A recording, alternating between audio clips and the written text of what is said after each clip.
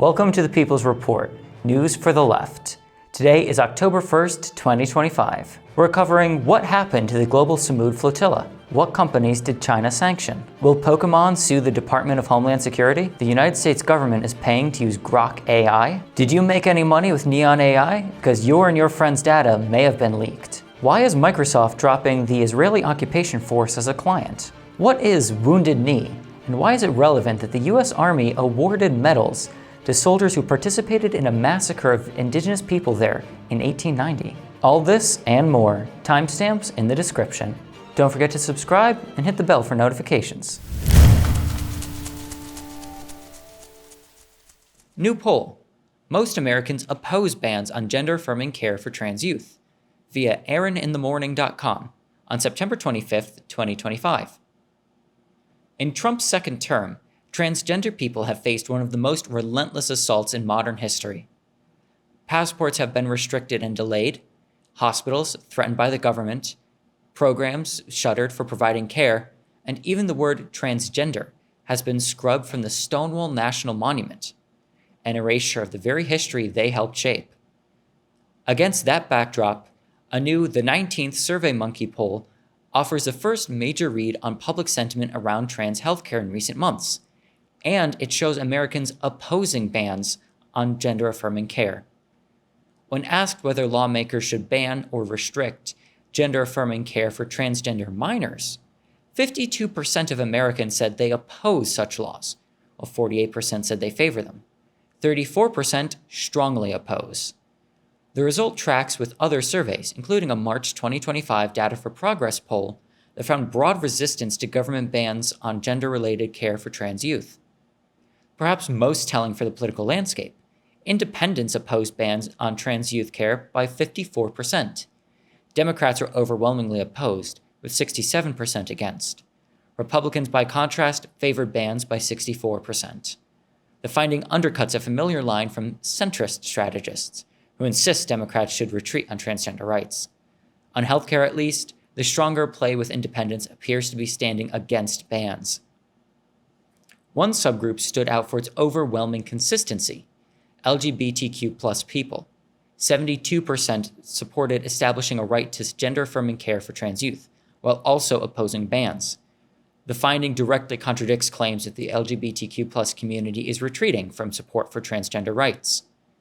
While most Americans opposed outright bans, they also rejected establishing a legal right to gender-affirming care for youth. That doesn't mean they favor restrictions. Rather, they see the decision as one for parents, families, doctors, and the young people themselves, a pattern confirmed in other surveys. And across partisan lines, voters shared deep skepticism about lawmakers' roles. 64%, including a majority of Republicans, said politicians don't know enough about transgender care to be writing laws on it.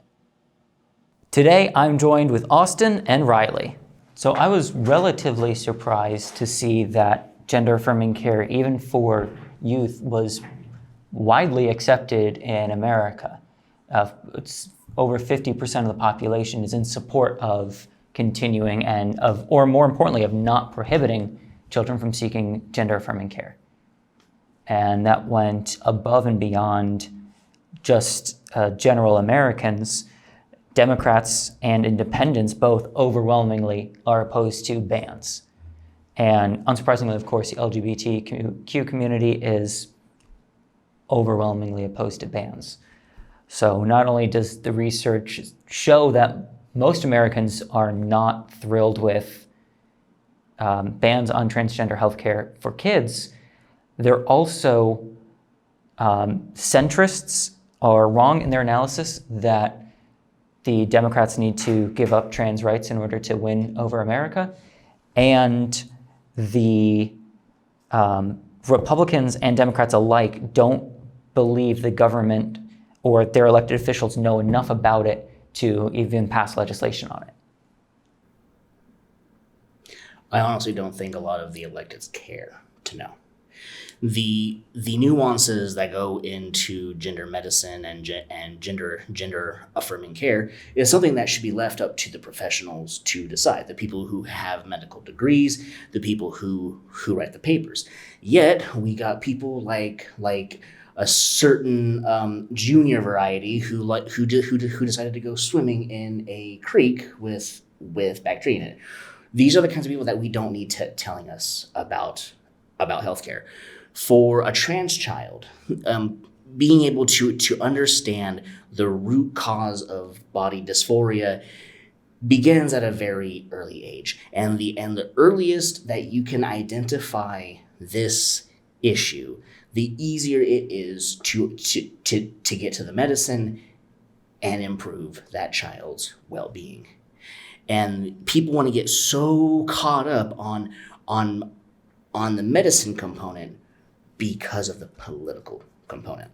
So medical anything needs to be depoliticized entirely. Yeah, the story also brings up the ongoing autopsy or maybe lack of critical reflection of the 2024 election on the part of the Democrats. I think there's like a meme, there's an idea that the Democrats lost because they were too far left. They were like so leftist that America, which is like centrist or maybe even right leaning, was like, whoa, calm down, you radical leftists. And they went too far with the with identity and other things. There's so many different things we could say about that, and obviously it's way deeper than just like 2024. But one way of saying it is, again, kind of like what you opened up with this, is not so much that they went too far left as indicated by this, this kind of polling, but it's not so much too much identity, it's just not enough class. Like that's like totally a simplification of it, you know what I mean?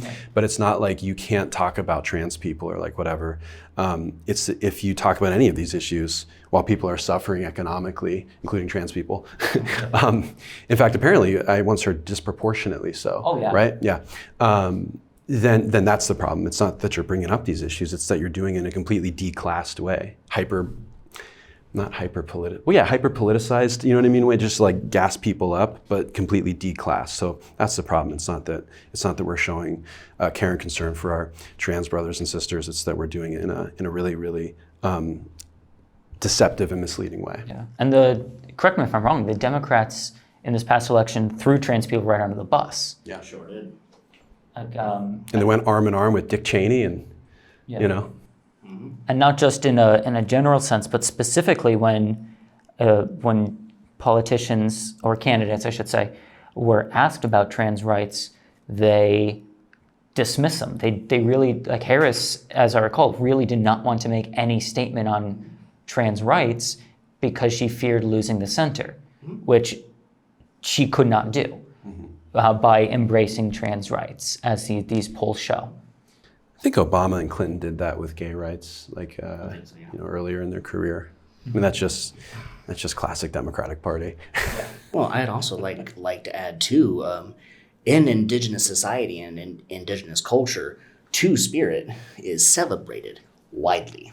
In fact, to be Two-Spirit in our cultures is to be celebrated as somebody of being closer in unity to spirit. So for trans people, we got to be part of society, we got to be part of the government, we got to be part of the spiritual component. It wasn't until Christopher Columbus decided to get lost in the Caribbean that these anti-indigenous concepts were born, and one of those is anti-trans.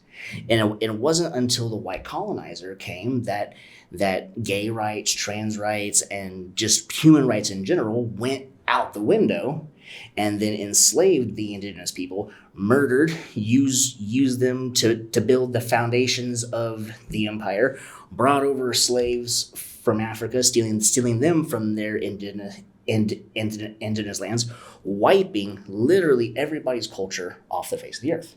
And this concept of trans identity is one of them. And that's why it really irks me when I hear left circles talking about transgenderism being an identity issue when it's actually a cultural issue. And the more that I see Democrats capitulating to the right, the more I see an ongoing genocide continuing here in our country, the same way it is ongoing in Gaza. Ours has just been ongoing since first contact, going into the boarding schools, and that's the other part. A lot of people don't understand the travesty that these boarding schools were. How you would be beaten for speaking your language, beaten for participating in your cultures, and I'm not talking just basic hands to butts here. I'm talking trigger warning. Women being on their periods and then getting stripped down and whooped with a belt. Yeah. So what happened in these schools has bled into modern society, and one of those first things to go was the transgender component. It's been systematic since the dawn of this empire. And we'll probably be getting more into that when we hit our section on Wounded Knee. There's a book called A Queer History of the United States, and it actually opens up with exactly what Riley was talking about. First contact, in the way that Columbus and other colonizers sexualized the indigenous people in ways that they were like, what is this? And so, yeah, I'm glad you brought that up. Yeah, it started with the Taino people that lived in the Caribbean. They were the first people that experienced Columbus. Like, when they would go to war, they would beat each other with sticks because they never wanted to harm anybody. The countries that still don't recognize Palestine as a state, via Yahoo News on September 23, 2025. Palestine is currently recognized as a state by the vast majority of countries, 156 of the United Nations' 193 member states. France has followed the UK by formally recognizing a Palestinian state. French President Emmanuel Macron became the latest world leader to make the political decision in the past few days, as pressure grows on the Israeli government to help bring an end to the humanitarian crisis in Gaza. Macron told the United Nations in New York on Monday that, quote, the time for peace has come, and that nothing justifies the ongoing war in Gaza. UK Prime Minister Keir Starmer said he was making the move to, quote, revive the hope of peace for Palestinians and Israelis. In a symbolic moment, a Palestinian flag was raised outside the Palestine mission in Hammersmith, West London, on the 22nd of September to mark its transition into an embassy. The mission said that the moment marked a new chapter in the Palestinian struggle for freedom and sovereignty, and a first step towards correcting past injustices. The United Nations has said this week's talks, quote, could inject new momentum into efforts to establish a UN roadmap towards two states. But the US and Israel have rejected the idea. Israeli Prime Minister Benjamin Netanyahu said the move by a growing number of countries was, quote, absurd and simply a reward for terrorism, while US President Donald Trump said it was, quote, rewarding Hamas. Germany has said it will support a UN resolution for a two-state solution, but does not think the time has come to recognize a Palestinian state. In the face of growing calls for it to change its position, Chancellor Friedrich Merz confirmed earlier in September that Germany would not join in plans to recognize Palestine. The UN itself has given Palestine permanent observer state status, which means it can participate but has no voting rights. Europe is more split than any other political entity on the issue. 7 current EU countries had already recognized Palestine before joining the Union: Bulgaria, Cyprus, the Czech Republic, Hungary, Romania, Poland, and Slovakia. Sweden, Slovenia, Ireland, and Spain have also recognized Palestine. Most countries in South America, Africa, and Asia supported Palestine shortly after it declared itself a state in 1988. However, several nations in the Asia-Pacific region have refrained from extending recognition, including Japan and South Korea. Experts have suggested that this is due to the influence of the United States. According to commentary by Dr. Julie Norman, posted on the RUSI website, in reality, recognition may not have significant practical impact, but would, quote, better position Palestinians for any future talks by changing the long-accepted sequence of setting statehood as an endpoint, rather than a starting point. Ahead of Monday's UN summit, the UK's Foreign Commonwealth and Development Office said it would use the meeting to, quote, build international consensus on a comprehensive framework for peace in the Middle East. This, the department said, would include transitional governance and security arrangements to ensure violent terrorists like Hamas have no role to play in the future of a Palestinian state. Palestinians living under occupation are not all feeling optimistic by renewed diplomatic efforts to push their statehood on their behalf. Quote, it's futile. On the ground, nothing's changing. It's like they're making a fool out of us. It has no benefit. Kamal Abu Qaidar, a shopkeeper from East Jerusalem, told CNN, quote, "We hope that it will lead to something good, but it feels impossible." So to get to the essence of why there are so many anti-Palestinian countries out there, we actually have to go back to World War One. We have to observe the fall of the Ottoman Empire. Right after the fall of the Ottomans, when Great Britain pushed them out of the Levant, it was originally decided that the Arabic people of the region were going to have self-determination. Well, that was short-lived and really quickly. In secret, there was an agreement made, the Sykes-Picot Agreement. The Sykes-Picot Agreement was to equally divide up the territory of the Ottoman Empire into equal parts. One to Great Britain, one to France, then the other to Russia, and lastly to Italy. And I'm not talking Soviet Russia, I am talking Tsarist Russia. So this led into some heat with the local community, and gee, I wonder why. So then came the Balfour Agreement, where, literally speaking, Great Britain said, through the League of Nations, I am going to gift myself the territory of Palestine to gift to the Zionist movement, so that way the Jewish people can have a homeland.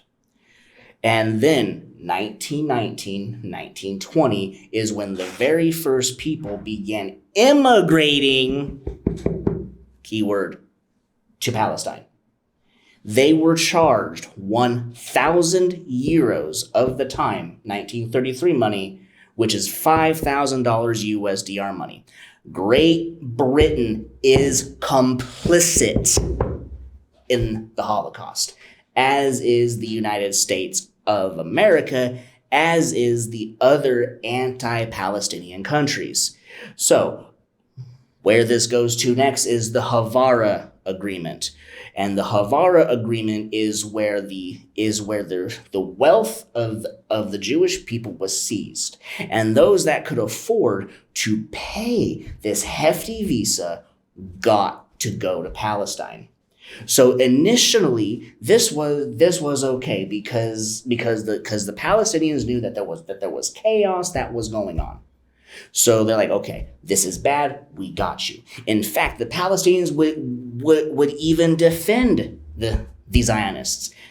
Yeah, see, Zionists were never Israeli until 1948. They were always Palestinian. It wasn't until the Nakba where Israel was born, at the blood and demise of the Palestinian people.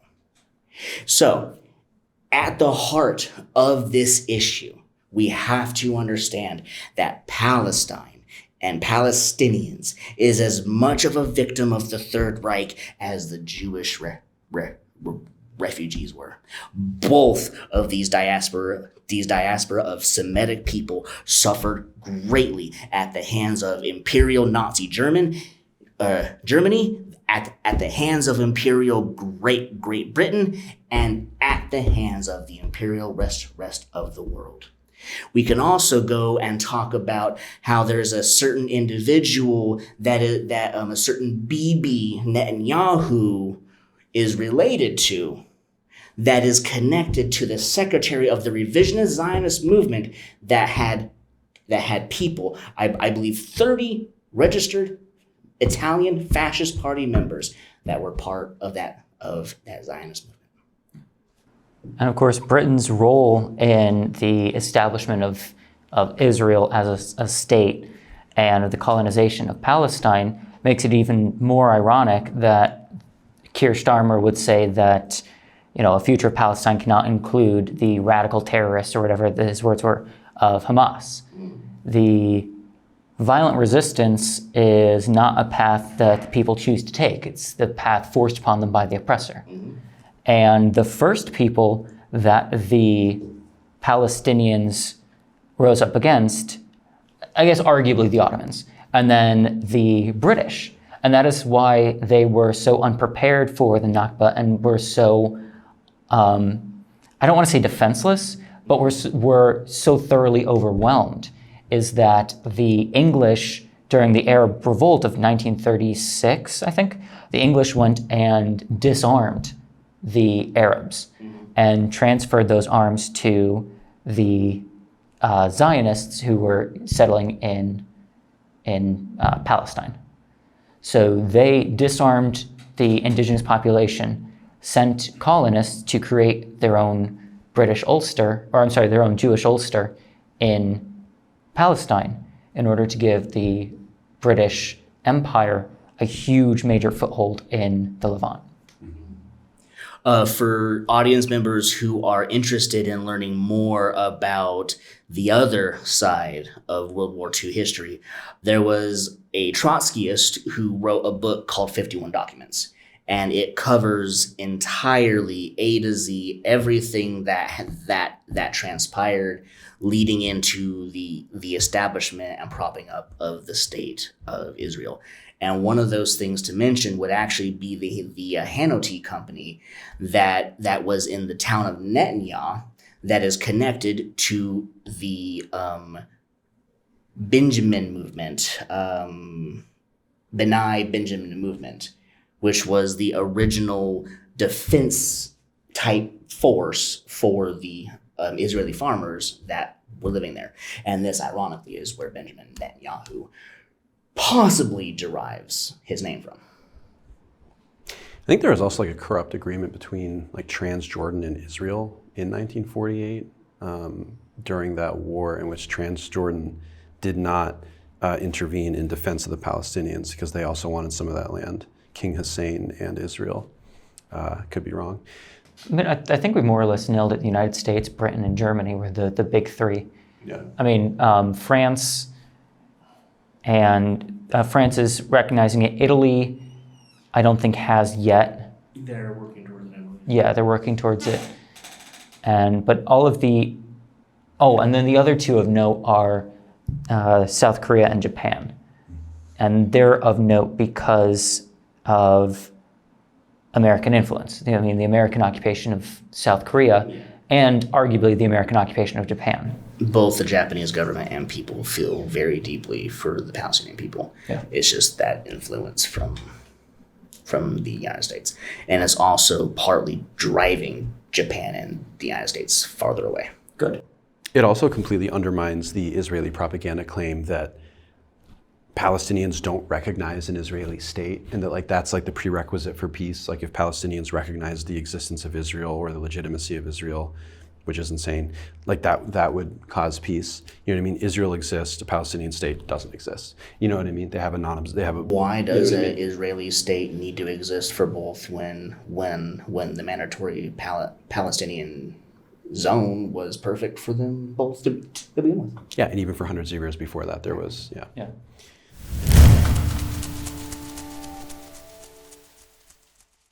China sanctions 6 U.S. companies as trade frictions continue, via Associated Press on September 25, 2025. China announced sanctions on 6 U.S. companies on Thursday as frictions continue to escalate in the country's trade relations, despite a highly anticipated meeting between U.S. President Donald Trump and Chinese leader Xi Jinping.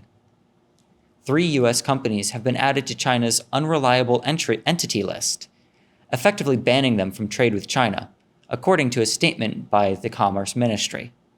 The ministry said the companies have, quote, engaged in so-called military technical cooperation with Taiwan, severely undermining China's national sovereignty, security, and development interests.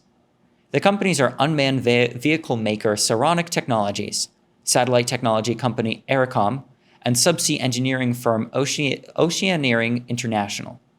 China sees self-ruled Taiwan as a breakaway province to be annexed by force if necessary. In July, Beijing imposed export controls on 8 enterprises tied to Taiwan's military. Separately, 3 other U.S. companies were added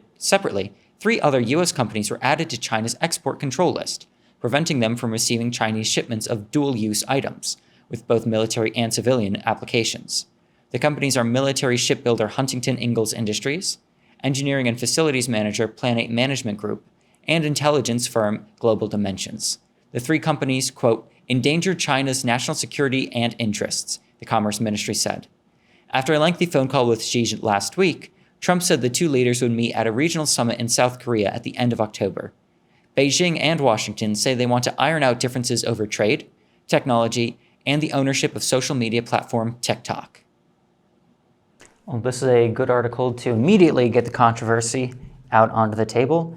3 U.S. companies have been sanctioned for arms development or military-related development in Taiwan, and then 3 others have been sanctioned for threatening, or I should say allegedly, threatening China's national security and interests. I remember like over a decade ago, there was a phrase in the New York Times around the Snowden disclosures and controversies over Huawei. Is that how you pronounce it? I've always said Huawei. But Huawei, yeah, you're correct. And the New York Times used the phrase digital triangle, which is Chinese like telecommunications companies, the state apparatus, and the military system. And it almost suggested that it was like a conspiratorial system that was like unique to China. And it's just funny because this was during a time when our system was exposed, more than it had been up to that point.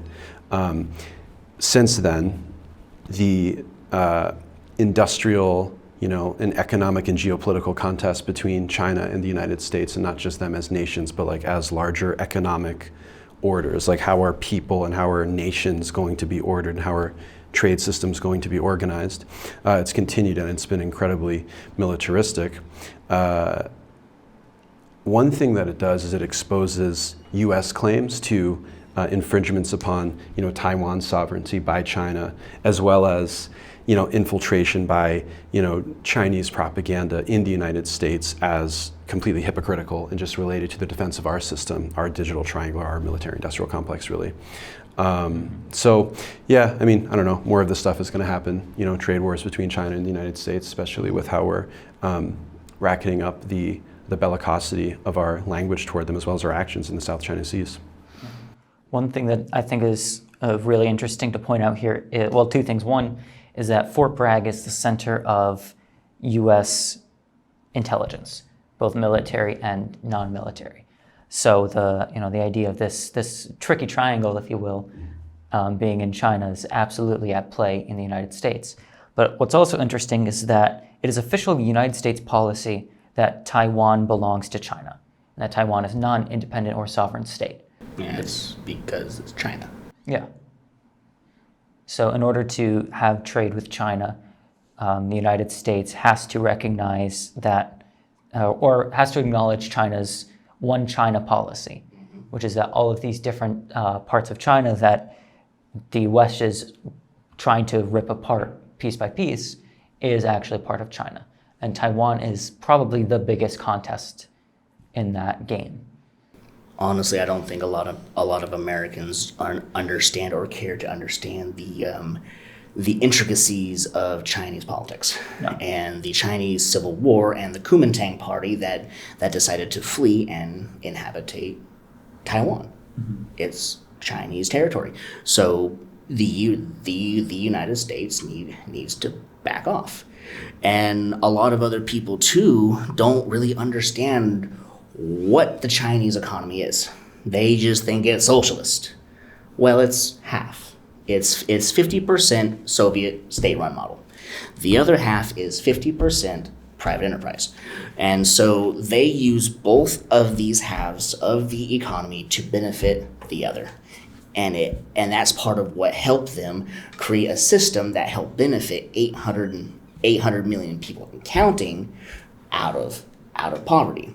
And China, because of their private sector, has a lot of U.S. companies in them that has direct access to the Chinese Communist Party, as well as direct access to the private industry. So companies that are engaging in things with these companies would theoretically violate Chinese national security. And every nation's national security is important, not just the United States, not just Israel, not just the G7. Every nation is inherently equal and valid, just like each and every person is. And that's where BRICS is such a valuable component with moving the world towards a multipolar world, so that way each nation has the ability to develop a similar economy to benefit their working class. Yeah, I mean, exactly. I mean, first of all, the companies that were sanctioned can justifiably be called components of the United States' global system of domination and perpetual war. But also just the way that this story can be framed, especially by more militaristic members of both parties, because it's like a bipartisan issue, obscures more important stories in the past year that have come out about the effects of U.S. sanctions. I mean, Chinese sanctions are like, it's like, you know what I mean? U.S. sanctions have such a devastating effect on the world. In fact, I actually saw, I don't want to misquote it, but the amount of deaths attributable each year to U.S. sanctions, I think might be around 400,000. Wow. I think 400,000 attributable to U.S. sanctions every single year. Preventable deaths due to cutting off access to resources, because you don't just punish, Vladimir Putin or whatever, or you're punishing the people of that country. So the more important sanctions story to cover is, America's global economic warfare against humanity, rather than China's sanctions against our country. It's also important to note here too that China's economy actually dwarfs the United States when you look at the GDP per purchasing power, and then when you look at the economic reach that Brazil, Russia, Indonesia, and China have to make this system, they cover 60% of the world now. Yeah. So now these sanctions mean something, and now the U.S. gets to learn what it feels like to be on the receiving end of these sanctions. Maybe our politicians can learn something from this and go, "Oh, this stings. Let's not do this ever again." Well, yes, one area where U.S. global power is still, and I don't say this like happily, is still unsurpassed is the percentage of global wealth that is finance capital based. Half of finance capital globally is US based. Now, you could compare that, like you could say that that's basically fictitious House of Cards wealth compared to like what China and BRICS is building, which like I agree with, but it just still, that's still something that we still are like sucking, the life out of the world with.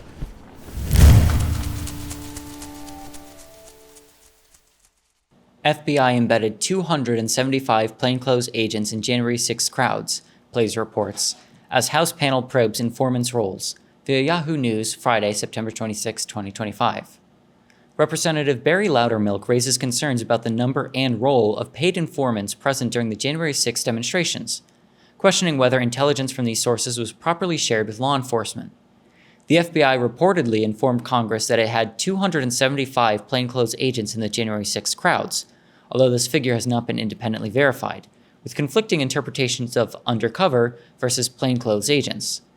The Department of Justice Office of Inspector General found no evidence that FBI confidential human sources were authorized to enter the Capitol or engage or encourage illegal acts on January 6th, despite Representative Loudermilk's concerns about the handling of informants.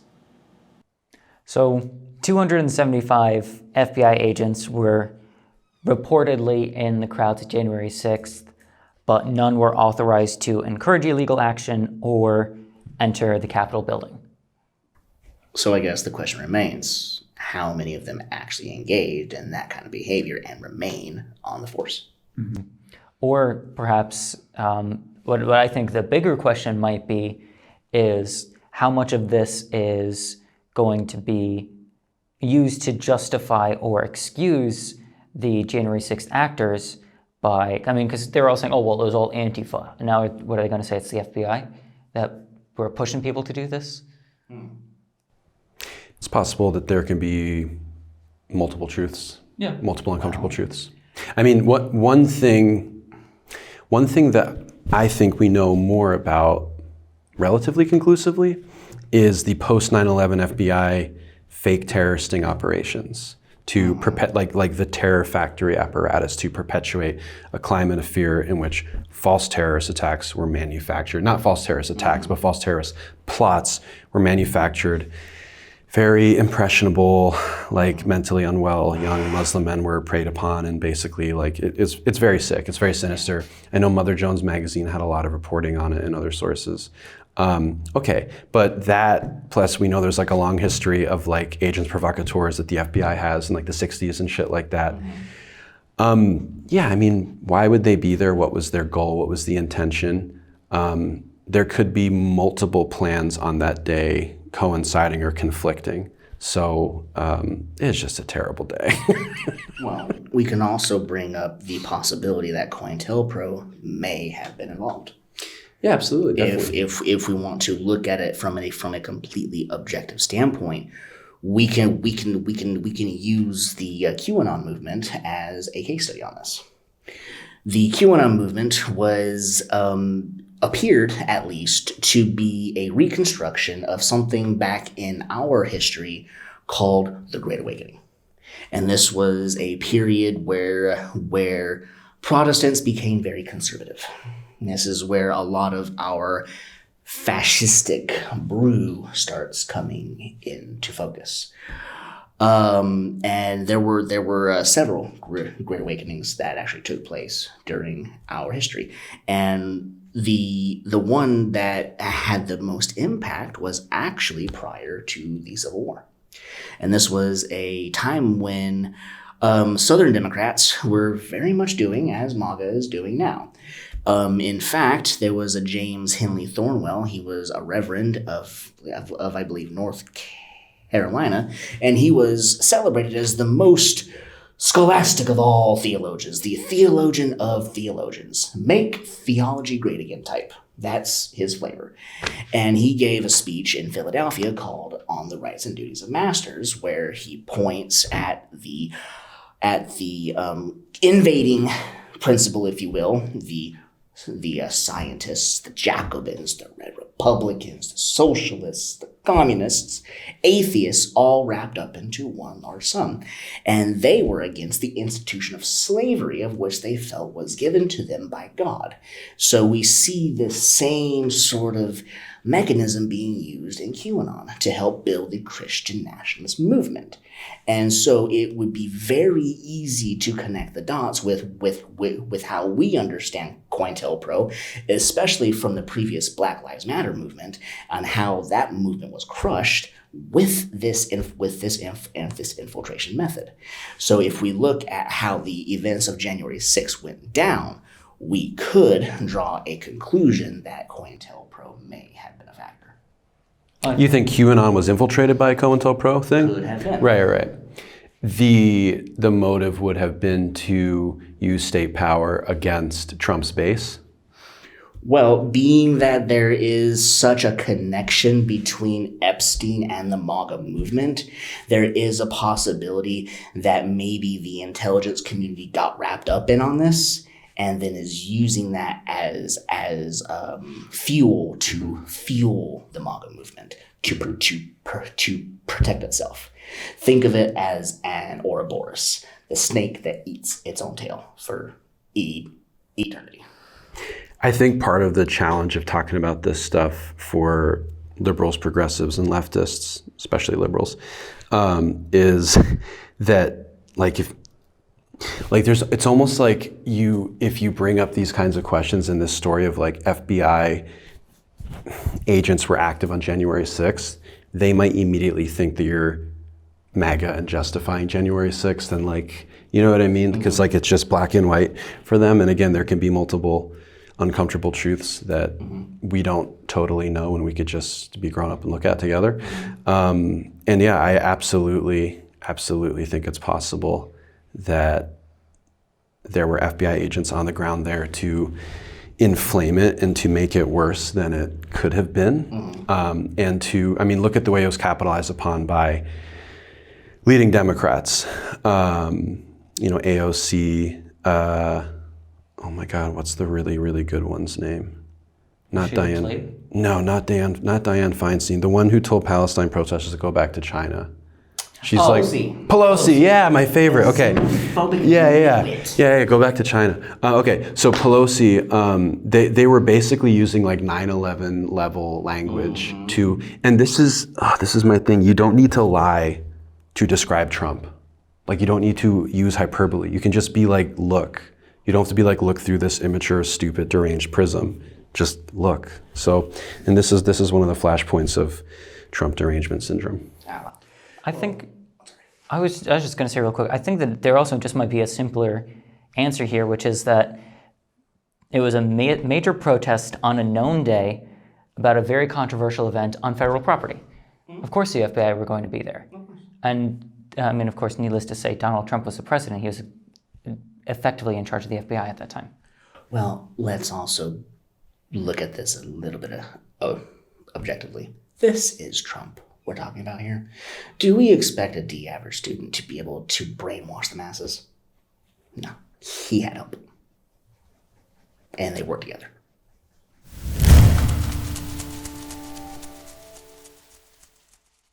Indonesia says it's ready to send peacekeepers to Gaza at the UN General Assembly via TRT World on September 22, 2025. Indonesian President Prabowo Subianto has told the UN General Assembly that his country is prepared to deploy peacekeepers to Gaza as the humanitarian crisis deepens and genocide continues. Quote, "It is with a heavy heart that we recall the ongoing unbearable tragedy in Gaza," he said. "Thousands of innocent people have been killed, most of them women and children, and famine and destruction have occurred. A humanitarian disaster is happening before our eyes. We condemn all acts of violence against innocent civilians." Subianto said Indonesia is ready to take part in international efforts to halt the conflict. Quote, "We are willing to provide peacekeeping forces," he said, reiterating his country's commitment to a two-state solution. He also laid out Indonesia's position on recognition. Quote, "Indonesia declares that it will immediately recognize the State of Israel and support all guarantees for Israel's security at the moment Israel recognizes the Palestinian state and Palestine's independence," he told delegates. Prabowo said Indonesia's stance was clear. Quote, "We remain committed to the two-state solution in the Palestine problem," he told delegates, calling for unity in international efforts to end what he described as a, quote, "humanitarian disaster happening before our eyes." Recognition momentum grows. The pledge came as momentum for the recognition of Palestine gathered pace at a UNGA 80. The day before, the UK joined Australia and Canada in officially recognizing the state of Palestine, moves that have been met with fierce opposition from Israel and the United States. British Prime Minister Keir Starmer, in a video statement released Sunday, defended the decision. Quote, "This is not a reward for Hamas," he said, insisting recognition was a necessary step to revive a two-state solution. Other European states, including France, Belgium, Malta, and Luxembourg, have also announced recognition in recent days, framing the moves as part of a broader push to end Israel's decades-long occupation. Well, I think 20,000 is a sizable force. Yeah. And when Israel goes and looks at how many people they have pissed off over the last couple of years, I think 20,000 is only going to be the beginning of their panic attack, because I did hear that the Yemenis forces are deploying over 100,000. Yeah, they have at least committed to 100,000 troops if Saudi Arabia and Jordan will open the borders to allow them to march on Israel. Colombia has also promised 20,000 troops, with the president of Colombia promising to, if need be, himself going over, gun in hand. But the president of Indonesia, of course, is committed to this, but only on the terms of a two-state solution, where Indonesia is one of the countries that doesn't recognize Israel, and it will the minute that Israel recognizes the state of Palestine, in order to ensure that a two-state solution comes into fruition. It's funny, like the duality or dialectic of this. Like, on the one hand, you have what could either be interpreted as mass revolutionary support for Palestine against Israel in terms of armed resistance, or just kind of like straight up establishment like responsibility to protect. Like we're following the rules. We're not even like a radical leftist, whatever. Just like these are the rules. Like we're doing what, France and USA said they were doing in Libya, but like we're actually doing it on the one hand. But on the other hand, it is under the banner of a two-state solution, which as we know is a repressive and oppressive non-solution that cements the status quo. Mm-hmm. But even that is not sufficiently bending to the knee to Israel. Mm-hmm. So it's such a messy, shitty situation. But there is hope with the show of international solidarity, including armed resistance, for Palestine. Yeah, I think Israel is in for a rude awakening. I recall the 6-day war that Israel fought. And it was between Israel, Egypt, and I believe it was either Jordan or Lebanon. Syria. My bad. And in 6 days, Israel almost got their asses whooped. Asses tanned. Because they overstepped their capabilities. Didn't they win Gaza, the West Bank, and the Sinai? After the U.S. intervened and gave them a bunch of money to help them fight back. Okay. My understanding was that they bombed Egypt's Air Force, so it was like it wasn't even a war. That was a part of it. Yeah, that's how they opened the wars. Israel started that war by bombing their Air Force in order to have air superiority over the Sinai. So I don't think Israel was ever actually like in danger during that. Not really, no. It's Israel who is posing the greatest danger. 100%. And they have posed this danger throughout their entire existence. In fact, the USS Liberty is a really good example of how trigger happy Israel is. And now that Israel is facing the possibility of a real force coming their way, they're not gonna have an opportunity to stand up to it. They're either going to have to surrender or go kamikaze. Mm-hmm. And knowing Israel, there's the possibility of the latter. Also, just the culture of the IDF. Like, these are not soldiers committed to a calling that is greater than themselves. These are, on the one hand, sadistic, racist lunatics, or just psychologically fragile, weak people who regret their decision to even go into Gaza, or somewhere in between on that spectrum, and plus or minus some differences. But essentially, they're bullies. They're young men and women. They know how to drive a bulldozer.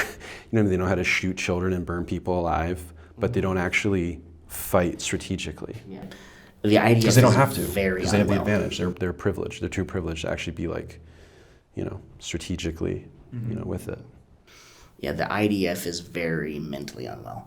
There was a video I saw not too long ago, and it was the IDF conscripting minors. And you take one look at these minors, and you know that there's something wrong. These children belong in specialized care, and they're being conscripted to hold weapons and go kill people. And this is just a furthering the point that Israel is doing nothing but exploiting every opportunity that they have, even if it's their own people. There's even an entire thing with IDF soldiers reporting like psychological breakdowns. They're trying to report that like they're traumatized. They're having nightmares of killing children, and the higher echelons of the IDF is like, no, you're not. Shut up. They're just trying to it's crazy. Yeah, I saw where. Sorry. Oh no, go on. I saw where IDF veterans went to the Knesset with their bags of medicine to drop on the table and say, "This is what you done to us. Yeah. I can't live like this." Of course, my obvious response is then don't. Exactly. If the Zionist government hands you a rifle and says go kill people, don't do it. Otherwise you're going to end up like generations of Americans who go to places all over the global South, kill a bunch of people, come home, and then cry about it. Right. Mm-hmm.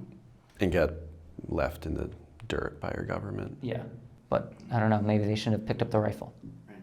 Well, Israel has this long-standing history of thumping on smaller countries. Mm-hmm. And now sizable countries are threatening to to push back. And right now you're starting to see it unravel. You're starting to see Benjamin Netanyahu show his true colors, shaken like a chihuahua in a light breeze. Just remember, he didn't kill Charlie Kirk. Just allegedly.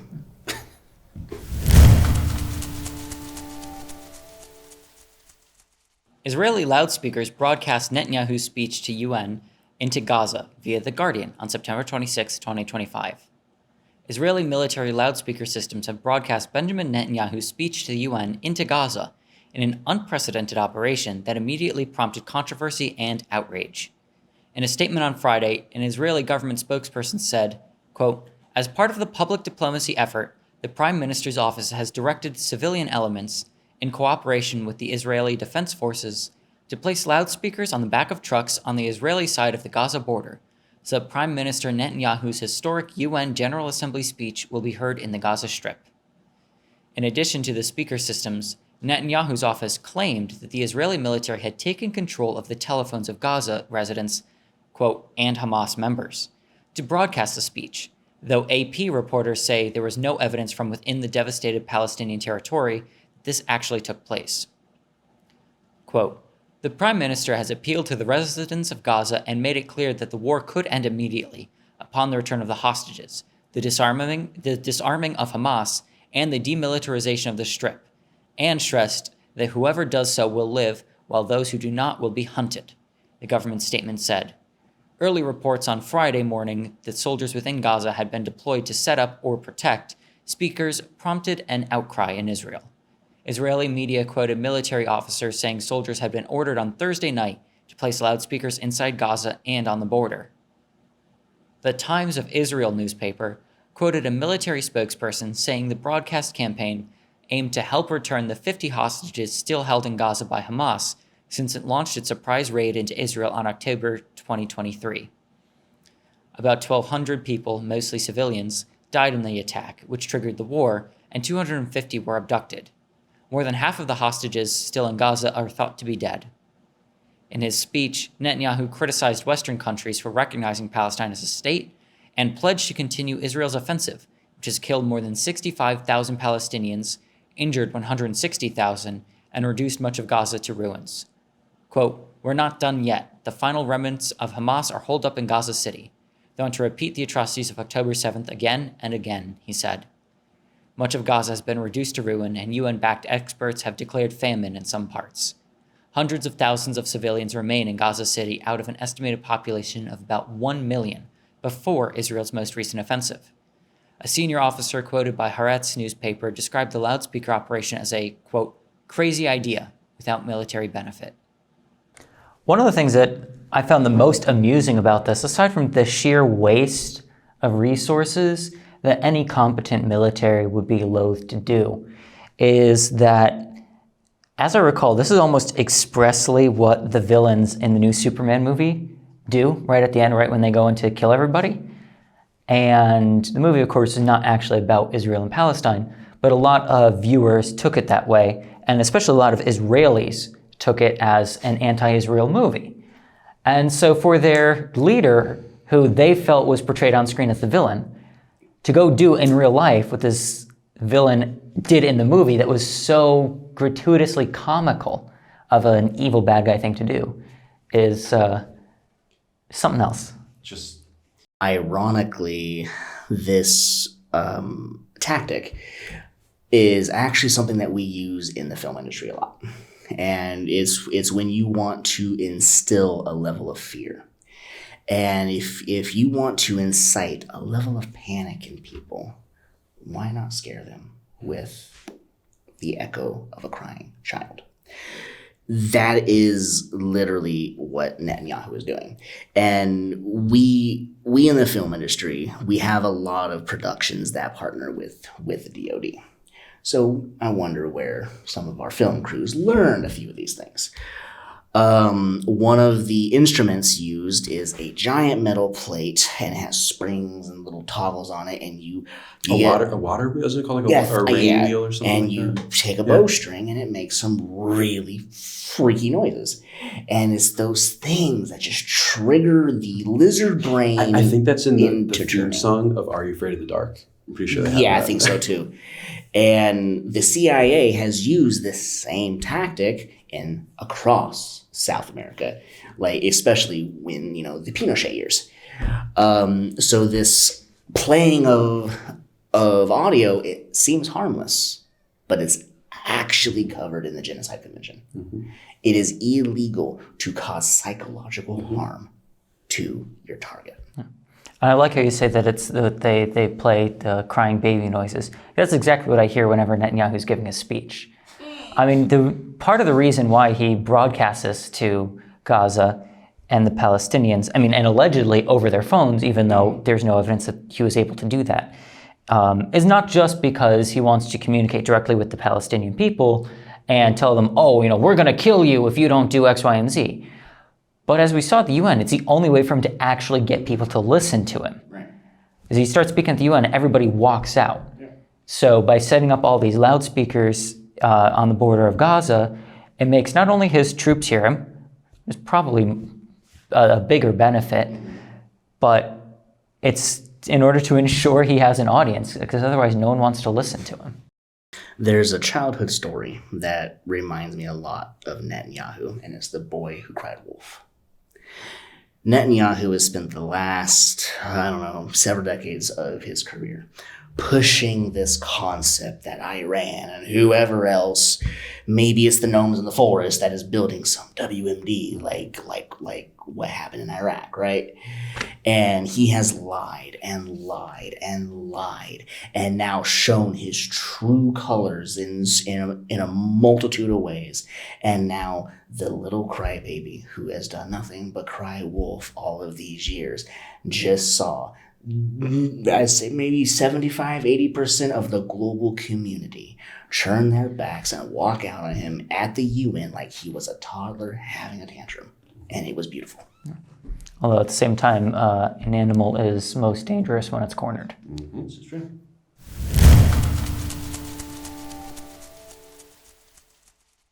Italy, Spain send Navy ships to protect Gaza flotilla after drone attacks, via Al Jazeera on September 25, 2025. Spain and Italy have sent naval ships into the Mediterranean Sea, charged with protecting the Global Samud Flotilla, the GSF, which is carrying aid towards Gaza. Quote, "We have sent one ship, and another is on its way, ready for any eventuality," Defense Minister Guido Crosetto said in a speech to the lower house of parliament. Spanish Prime Minister Pedro Sanchez said on Wednesday that his country's navy will join Italy in sending warships. Sanchez said international law must be respected, and the citizens of 45 nations participating in the aid mission had every right to sail in the Mediterranean unharmed. Quote, "The government of Spain demands that international law be complied with, and that it's the right of its citizens to navigate the Mediterranean under safe conditions be respected," he said. "Tomorrow, we will dispatch a naval vessel from Cartagena with all necessary resources in case it is necessary to rescue or assist the flotilla and carry out a rescue operation." Activists reported a wave of attacks on Wednesday night by Israeli drones and aircraft, targeting vessels in what flotilla organizers described as, quote, "an alarmingly dangerous escalation." Multiple boats were targeted by low-flying drones, which dropped flashbang-type explosive devices and other unidentified objects on and near boats, passengers on board said. As news of the drone attack emerged, the Italian Navy said it would dispatch a frigate to assist in any rescue operations involving the flotilla, as Crosetto condemned the overnight attacks. 2 lawmakers from Italy's left-wing opposition are participating in the flotilla, which is now reported to be made up of some 50 civilian boats that are loaded with aid supplies and are hoping to break Israel's sea blockade of the Gaza Strip.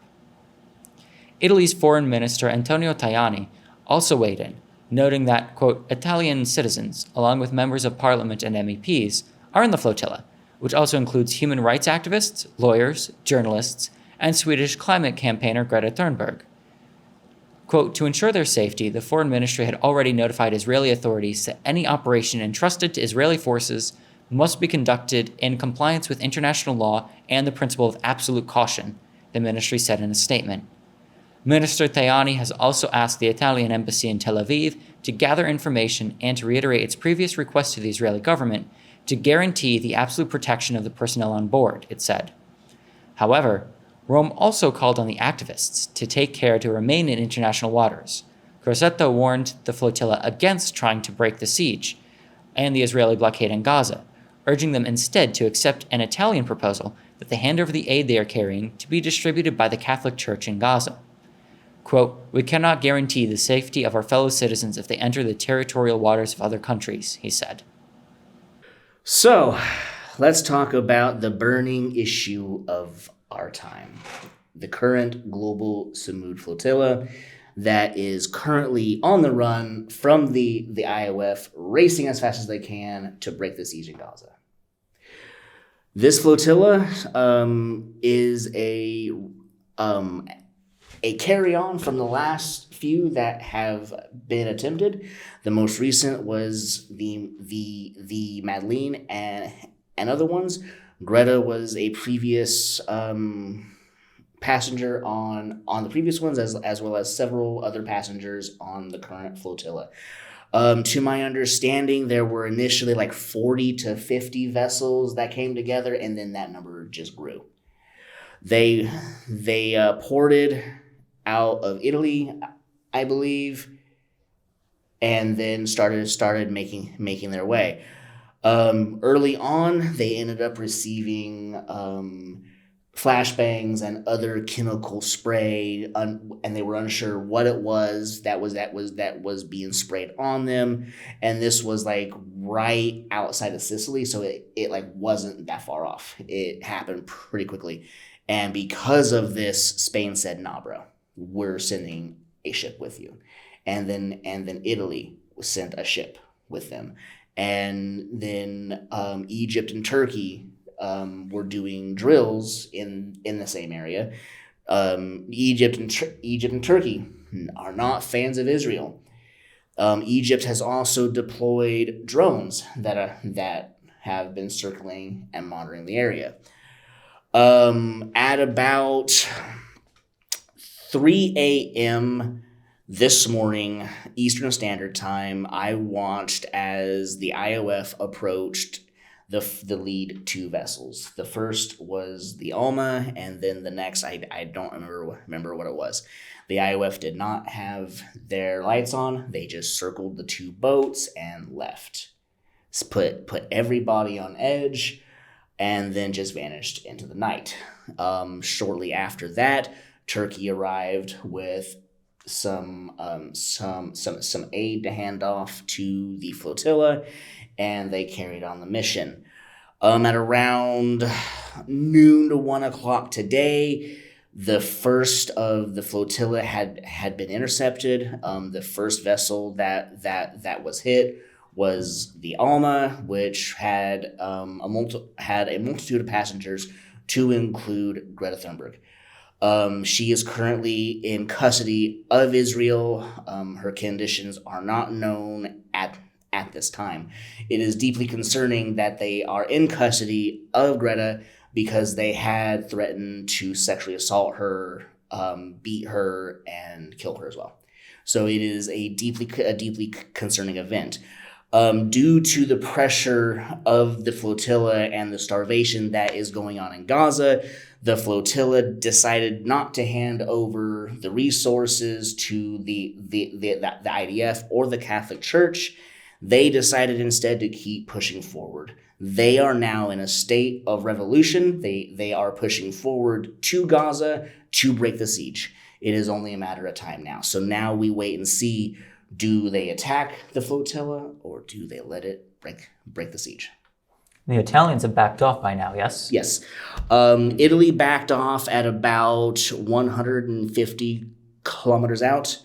The flotillas were only going about roughly 4 knots. So if you factor in 1 knot per nautical mile, you're roughly going about 4.5 miles an hour, going full speed with the flotilla because they wanted to make sure that everybody was staying together. The Prime Minister of Italy felt that they were doing too much, saying that they needed to hand off the aid and saying we're backing off now. This is beyond what we're comfortable with. Then the workers of Italy had something very different to say about this.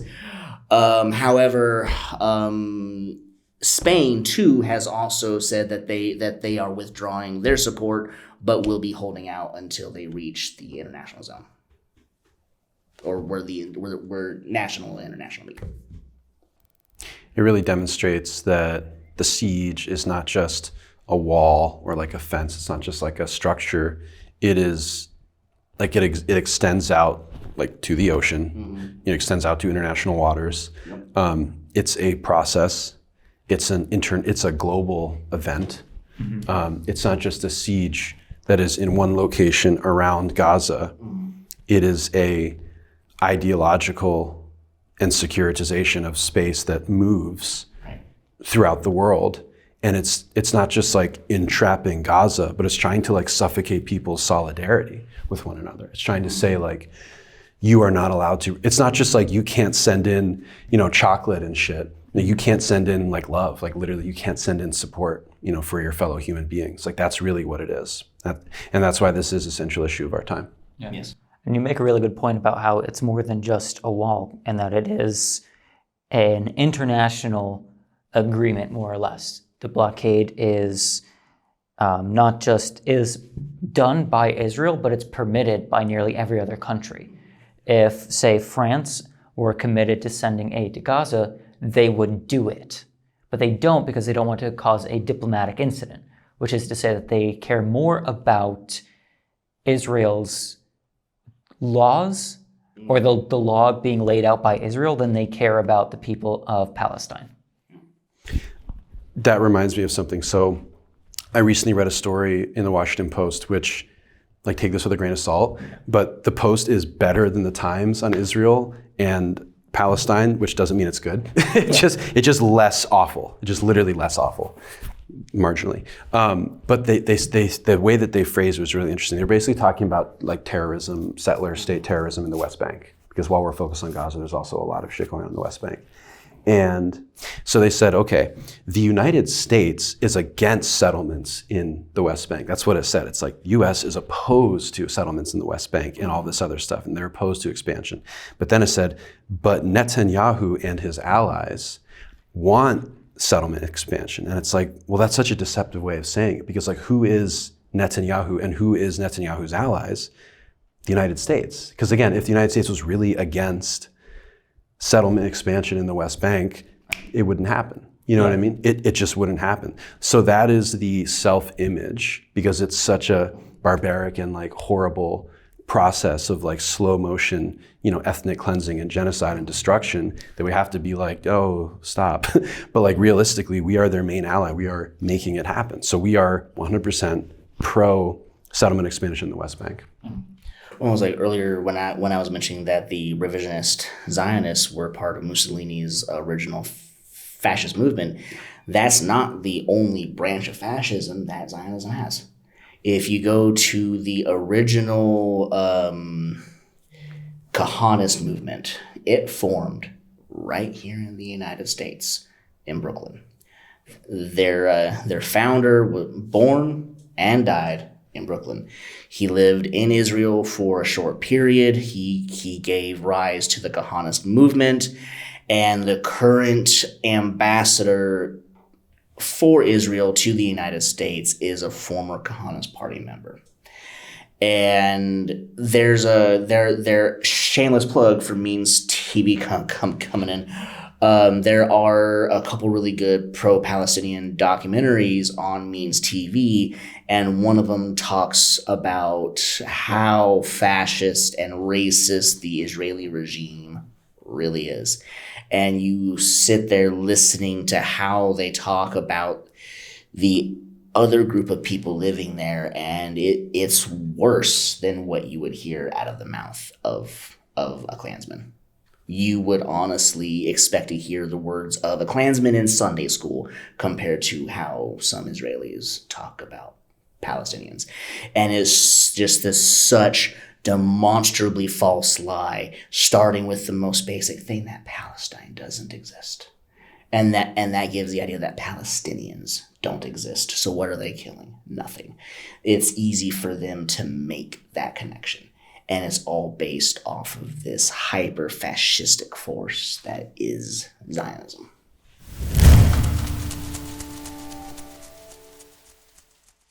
Italian workers' strike in solidarity with Gaza brings disruptions across the country, via Associated Press on September 23, 2025. Thousands of protesters and strikers calling for solidarity with Palestinians in Gaza took to the streets in Italy on Monday, with some storming Milan's central train station and clashing violently with police. Italy's grassroots unions, which represent hundreds of thousands of people ranging from school teachers to metal workers, called for a 24-hour general strike in both public and private sectors, including public transportation, trains, schools, and ports. The strike caused disruptions across the country, with long delays for national trains and limited public transport in major cities, including Rome. In Milan, tensions escalated when dozens of protesters dressed in black and armed with batons tried to smash the main entrance of the city's central train station, throwing smoke bombs, bottles, and stones at police, who responded with pepper spray. In Bologna, police used water cannons to disperse a crowd of demonstrators who blocked a highway. The transit of goods was slowed or partially blocked by workers' sit-ins and rallies in Italy's main ports of Genoa and Livorno. More than 20,000 people gathered in front of Rome's central station to protest the worsening humanitarian crisis in Gaza. Unions and student organizations denounced the inertia of the Italian and EU governments. Quote, "If we don't block what Israel is doing, if we don't block trade, the distribution of weapons, and everything else with Israel, we will not ever achieve anything," said Walter Montagnoli, National Secretary of the CUB Union, who joined a march in Milan.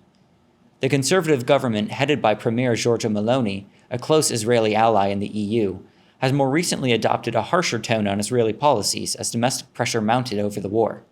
Italy, however, is not among the countries that will formally recognize a Palestinian state at this week's UN General Assembly.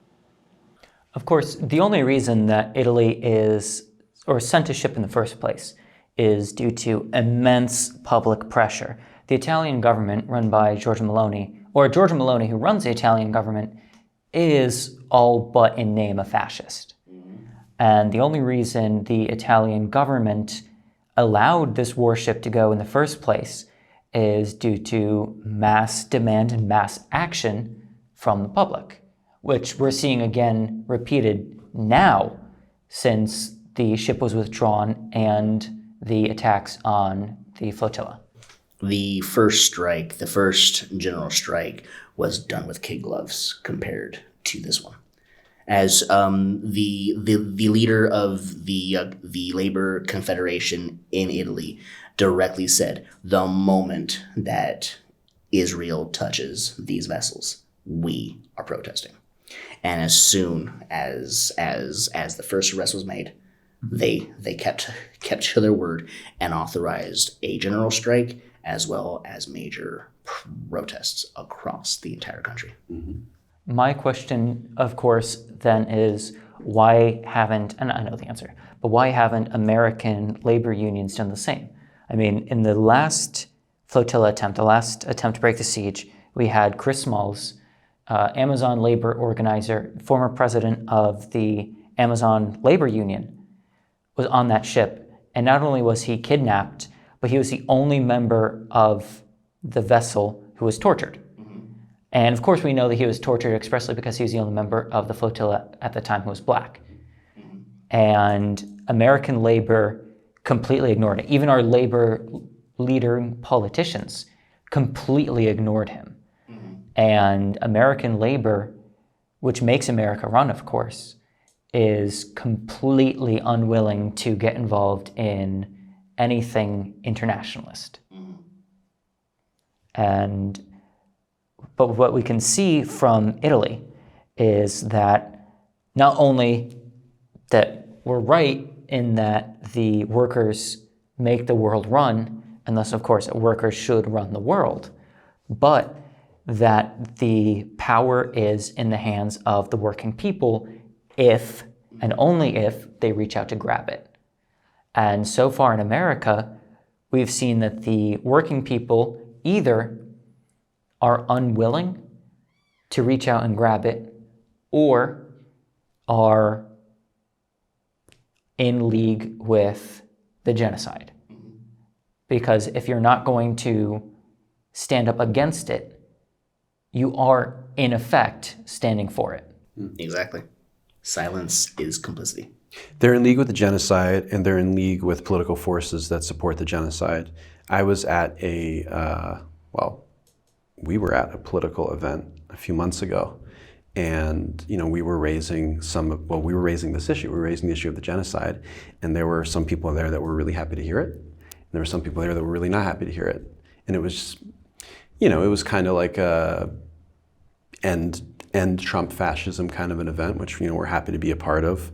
But when you bring in this internationalist dimension, it just makes some people literally unhappy because they're like that. They literally were saying like that's not what this is for. Don't bring that up here. Almost like our heart can only be this big or something like that, or like we can only care about one thing at a time or something like that. Which these acts of solidarity disprove any kind of like theory or just conception that we are so narrow-minded. And I don't know if this is like too meta, but like I think part of the reason why we're doing this, right, is to show that there is revolutionary action throughout the world, not just in Italy, but it's happening. It's even happening in the United States, little pockets here and there. And, we should stand in solidarity with it. We should just, do what we can to put it out there and let people know that it's happening and that you don't have to be afraid because you're not going to be alone. There's other people waiting there for you. It's hard and it's scary, but it's our only option. It's our right. It's our obligation. It's our responsibility to do it. Yeah. I think a lot of people when they see geopolitics playing out, for some reason, a lot of Americans don't really have something to compare it to. So when we see, say, Donald Trump taking over, we've seen it in movies, we've seen it in the news, but we've never experienced it. And that's what makes this so unique. And I think it's by design that Americans have become so complacent. We as a society, we have become very codependent on the two-party structure. Democrats are extremely codependent on the Democrats, thinking that the Democrats have all the answers. Republicans think the same exact way. They pass the same policies. They do the same things. They're codependent things. on each other, too. They do the absolute same exact functions, except one is racist, and the other will use social issues to make you racist enough to side. One is racist and the other is racist, too. When we're looking at how our capitalist system is, there are so many people that are millionaires and billionaires that are also Zionists, and the entire system is built to ensure that Israel maintains an economy. If you take away the Israeli economy, we collapse. If we take away the Israeli economy, we collapse. They are intrinsically intertwined, and so this has created an interesting parable with how voters react to information. Of course, it is extremely wrong when Trump decides to invade Iran. But why don't Democrats see it's also just as wrong when Lyndon B. Johnson illegally invaded Vietnam to fight a war we had no business being in, because we were invested in the French colonization project, not the Vietnamese that were experiencing it. And that's a really good point, because I was about to point out that, part of this is that U.S. labor power or labor organizing is almost at an all-time low. And I don't know how many people in Italy are a part of unions, but you're never going to see the local teachers' unions go on strike because of what the United States is doing to Palestine. And the membership's at an all-time low. But even when it wasn't, back in the 50s, when union membership was at its highest in American history, we were bombing the hell out of the north of Korea in a genocidal war against the Korean people that destroyed the entire country. And the unions didn't stand up for that, or stand up against that. Again, in the 60s, when we're doing another massive bombing campaign in Vietnam, and then also in Laos and Cambodia, killing like 6 million people in Southeast Asia, our unions were not organizing against that. And now we're at a point where union labor power is low, and I can't help but feel that a lot of our old heritage unions have sold out their souls to the American empire in exchange for incremental little rights, for meaningful but incremental rights for the American working class. They weren't just not doing anything, but a major part of U.S. Imperialism, especially after the Second World War, was anti-communist unionism throughout Europe, based in the United States. There's a historian named Charles Meyer. He made a term called the politics of productivity. Essentially, it was like depoliticizing production and industry and unionism, so that like, hey, if production is bigger, we're all better. And that was essentially like the strategy that U.S. empire used after the Second World War. Alienation from labor. Yeah. Well, how is it that we can hold unions to a moral standard when weapons manufacturing companies are union jobs? Yeah. You are literally defeating the purpose of a union when you join a union to make bombs to kill your fellow workers. And this is why it is fucking paramount that we develop international solidarity. And it starts with the indigenous people of this country.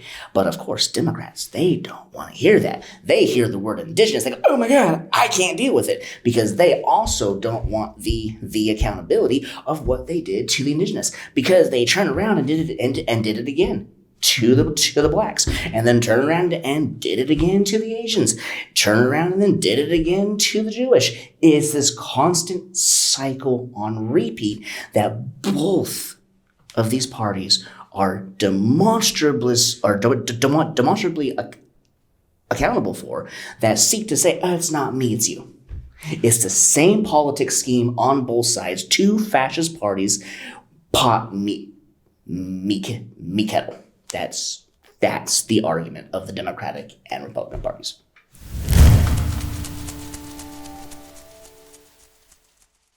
Terrorism case against Kneecap rapper Liam Og Ohana thrown out via The Guardian on September 26, 2025. A terrorism charge against the Kneecap rapper Liam Og Ohana has been thrown out by the chief magistrate due to a technical error. Ohana had been charged with a terrorism offense for allegedly displaying a Hezbollah flag at a gig at the O2 Forum in Kentish Town, North London, last November. But sitting at Woolwich Crown Court, the chief magistrate, Paul Goldspring, agreed with Ohana's defense team, which had argued there was a legal mistake in the way the charge was brought against him. Goldspring ruled the charge against the 27-year-old Belfast musician was, quote, unlawful and null, and this court has no jurisdiction to try the charge. There were loud cheers from the public gallery as the chief magistrate handed down his judgment. Ohana smiled and gave a thumbs-up sign to his supporters. The Crown Prosecution Service said it was, quote, reviewing the decision of the court carefully. It said the decision could be appealed. Dozens of Ohana's supporters, who had gathered outside the court, cheered as the decision was relayed to the crowd. Some waved Palestinian and Irish flags. Others held aloft placards that read Free Mo Cara, referencing the rapper's stage name.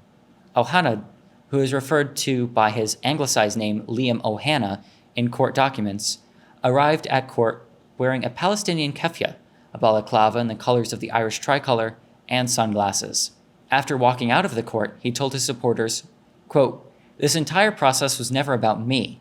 It was never about any threat to the public. It was never about terrorism, a word used by your government to discredit the people you oppress. It was always about Gaza. What happens if you speak up? What happens if you dare to speak up? He added, your attempts to silence us have failed because we're right and you're wrong. We will not be silent. We said we would fight you in court and we would win. Today, we have. If anyone on this planet is guilty of terrorism, it's the British state. Free Palestine. Asked if he had a message for Keir Starmer, hAnnaidh said, better luck next time. Northern Ireland's First Minister, Michelle O'Neill, welcomed the decision. In a post on Twitter, she said, quote, all charges have been dropped against Kneecap's Mochara. I strongly welcome this decision. These charges were part of a calculated attempt to silence those who stand up and speak out against the Israeli genocide in Gaza. Kneecap have used their platform on stages across the world to expose this genocide, and it is the responsibility of all of us to continue speaking out and standing against injustice in Palestine. So finally, some good news for us to discuss. I'm very glad to see that Liam O'Hanna has beaten the terror charges, and I think the best part is that he didn't beat the charges by being proven not guilty. He beat the charges by having them thrown out. So this means that he doesn't even have to try to prove whether or not he does or does not, or did not support Hezbollah. It's that he doesn't have to even make that contest.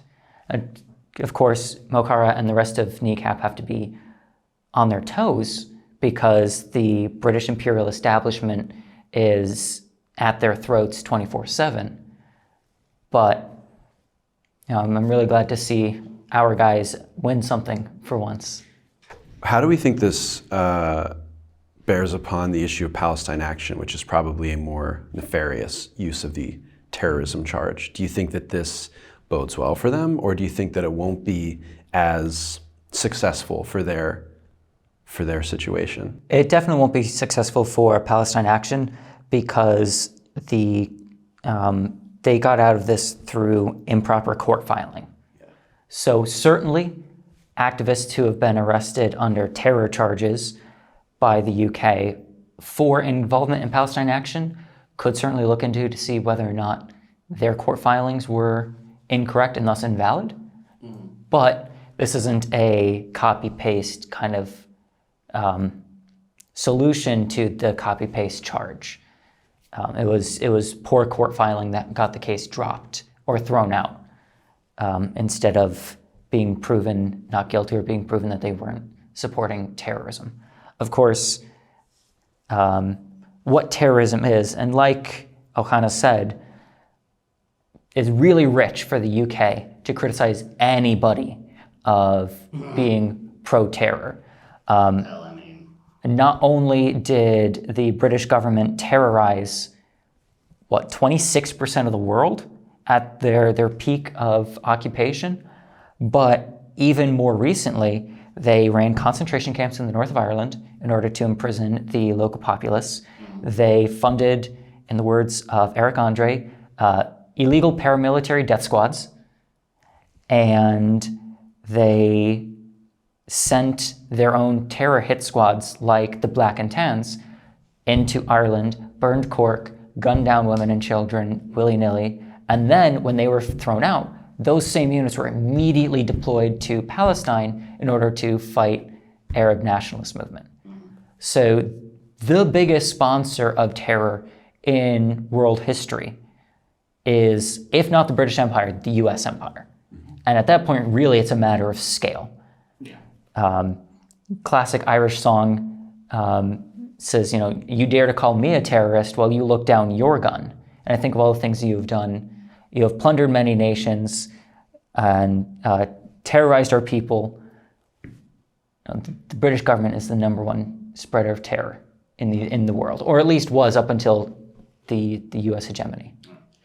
Well, we can go back to the point of the Havara Agreement, where they literally charged people $5,000 in today's money to buy a visa that is equivalent to their freedom. Mm-hmm. The poor were fucking left alone to face the brutality of the Third Reich, just so Great Britain can make a profit.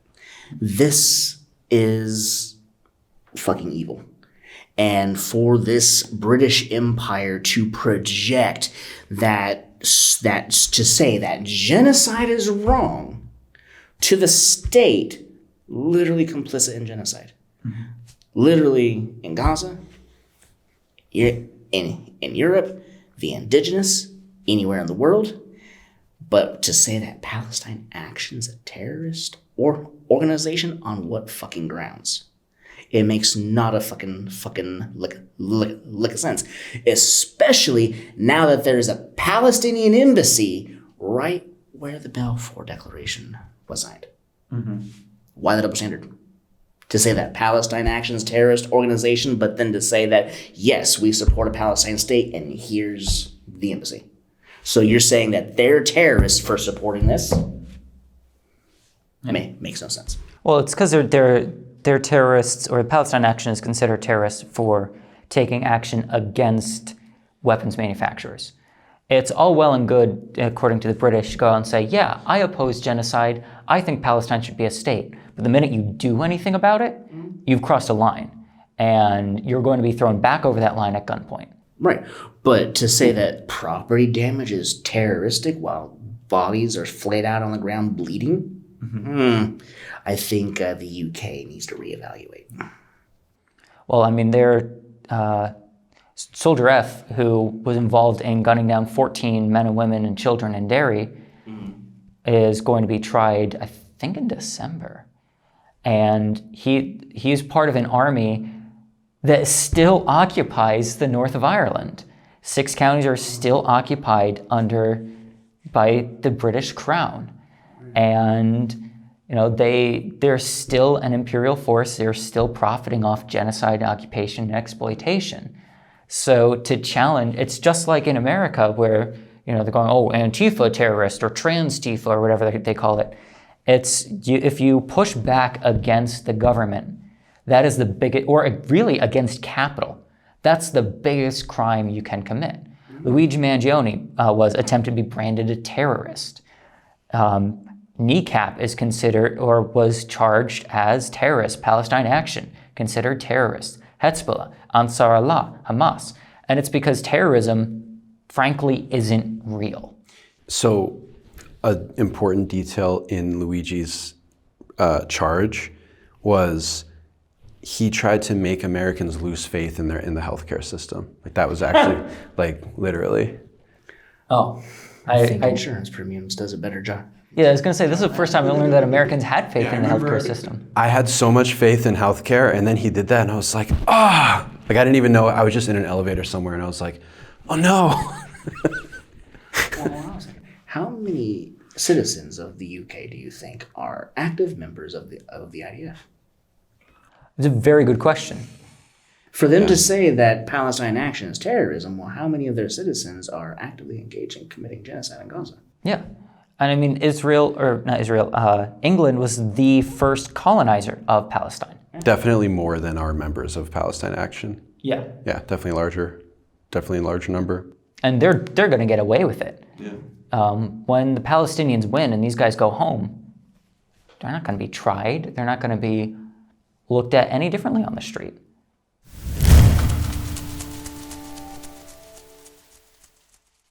So the good thing about Microsoft canceling its Azure platform deal with Unit A200, a elite security unit within the Israeli defense establishment, is that it shows that the system is essentially filled with contradictions and tension points. 972 and Guardian reported this story jointly.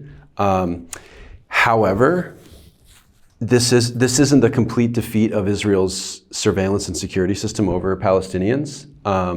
Microsoft is just one crucial piece, and they're not even completely they're not completely boycotting Israel. You know what I mean? They still have deals with them. This is just one tie between them.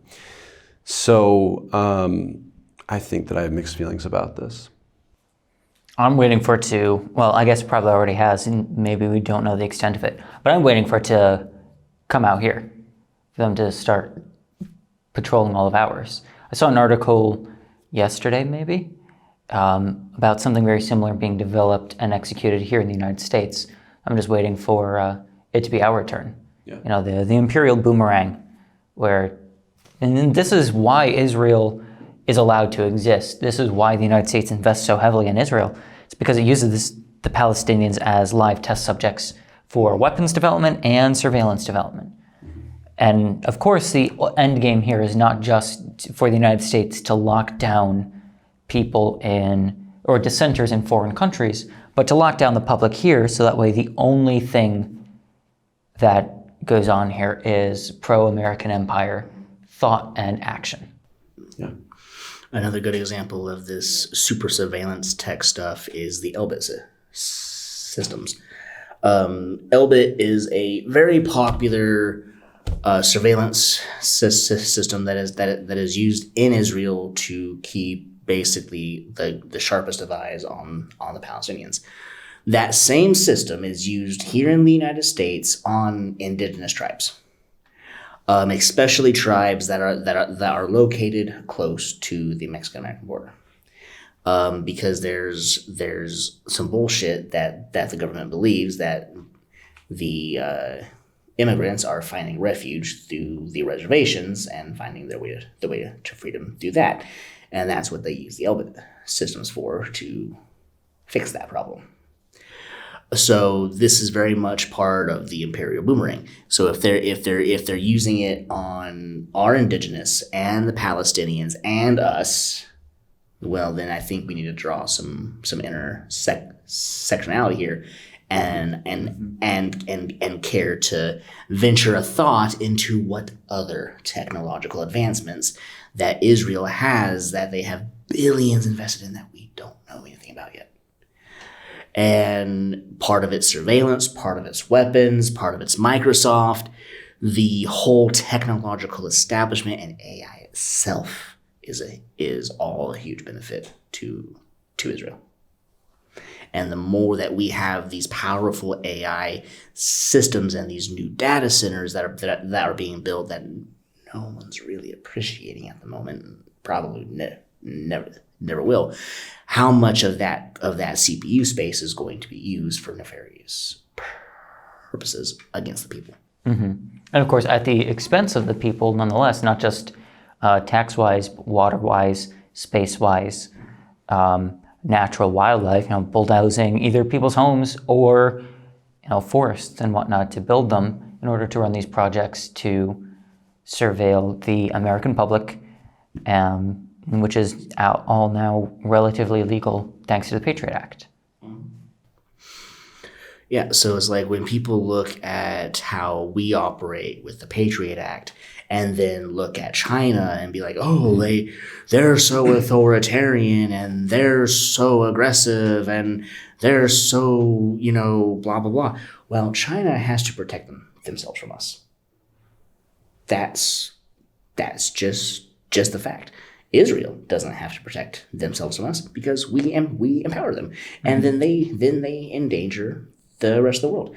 So when we're looking at these power structures, we need to be taking a very close look at the technological footprint of these superstructures. Yeah. And of course, Israel is not separate from the United States. They are an offshoot. They are the right hand of the United States. Whatever Israel does, it is the U.S. doing, almost puppeteering. And so, of course, I hesitate to say complicit necessarily as U.S. citizens, but we're involved. We're not detached from the actions of the Israeli citizens. We're the same people group. I think that we are phenomenologically involved. We are partaking in the same consciousness, because this isn't just like Amazon and Palantir like over there. It's like shadowy Trump puppet overlord. It's like, if we have social media, if we have these tech devices, if we subscribe to streaming services, it's because we indulge in the culture of it, because we like it. And like the soft, cushy side that we enjoy is like the reverse of the totalitarian aspect that is seemingly separate from us, but is actually one and the same. And we made some connections earlier with like Great Britain, and the deeper history of this, at least for the United States, is counterinsurgency and control methods developed in the Philippines in the early 20th century that were then brought back to the United States for purposes of surveillance and control, that were largely developed in the interwar period, but even have earlier roots, as well as around this same time, late 19th, early 20th century, Great Britain the United States and South Africa, as well as, early Zionist colonization. This is all emerging at the same time. And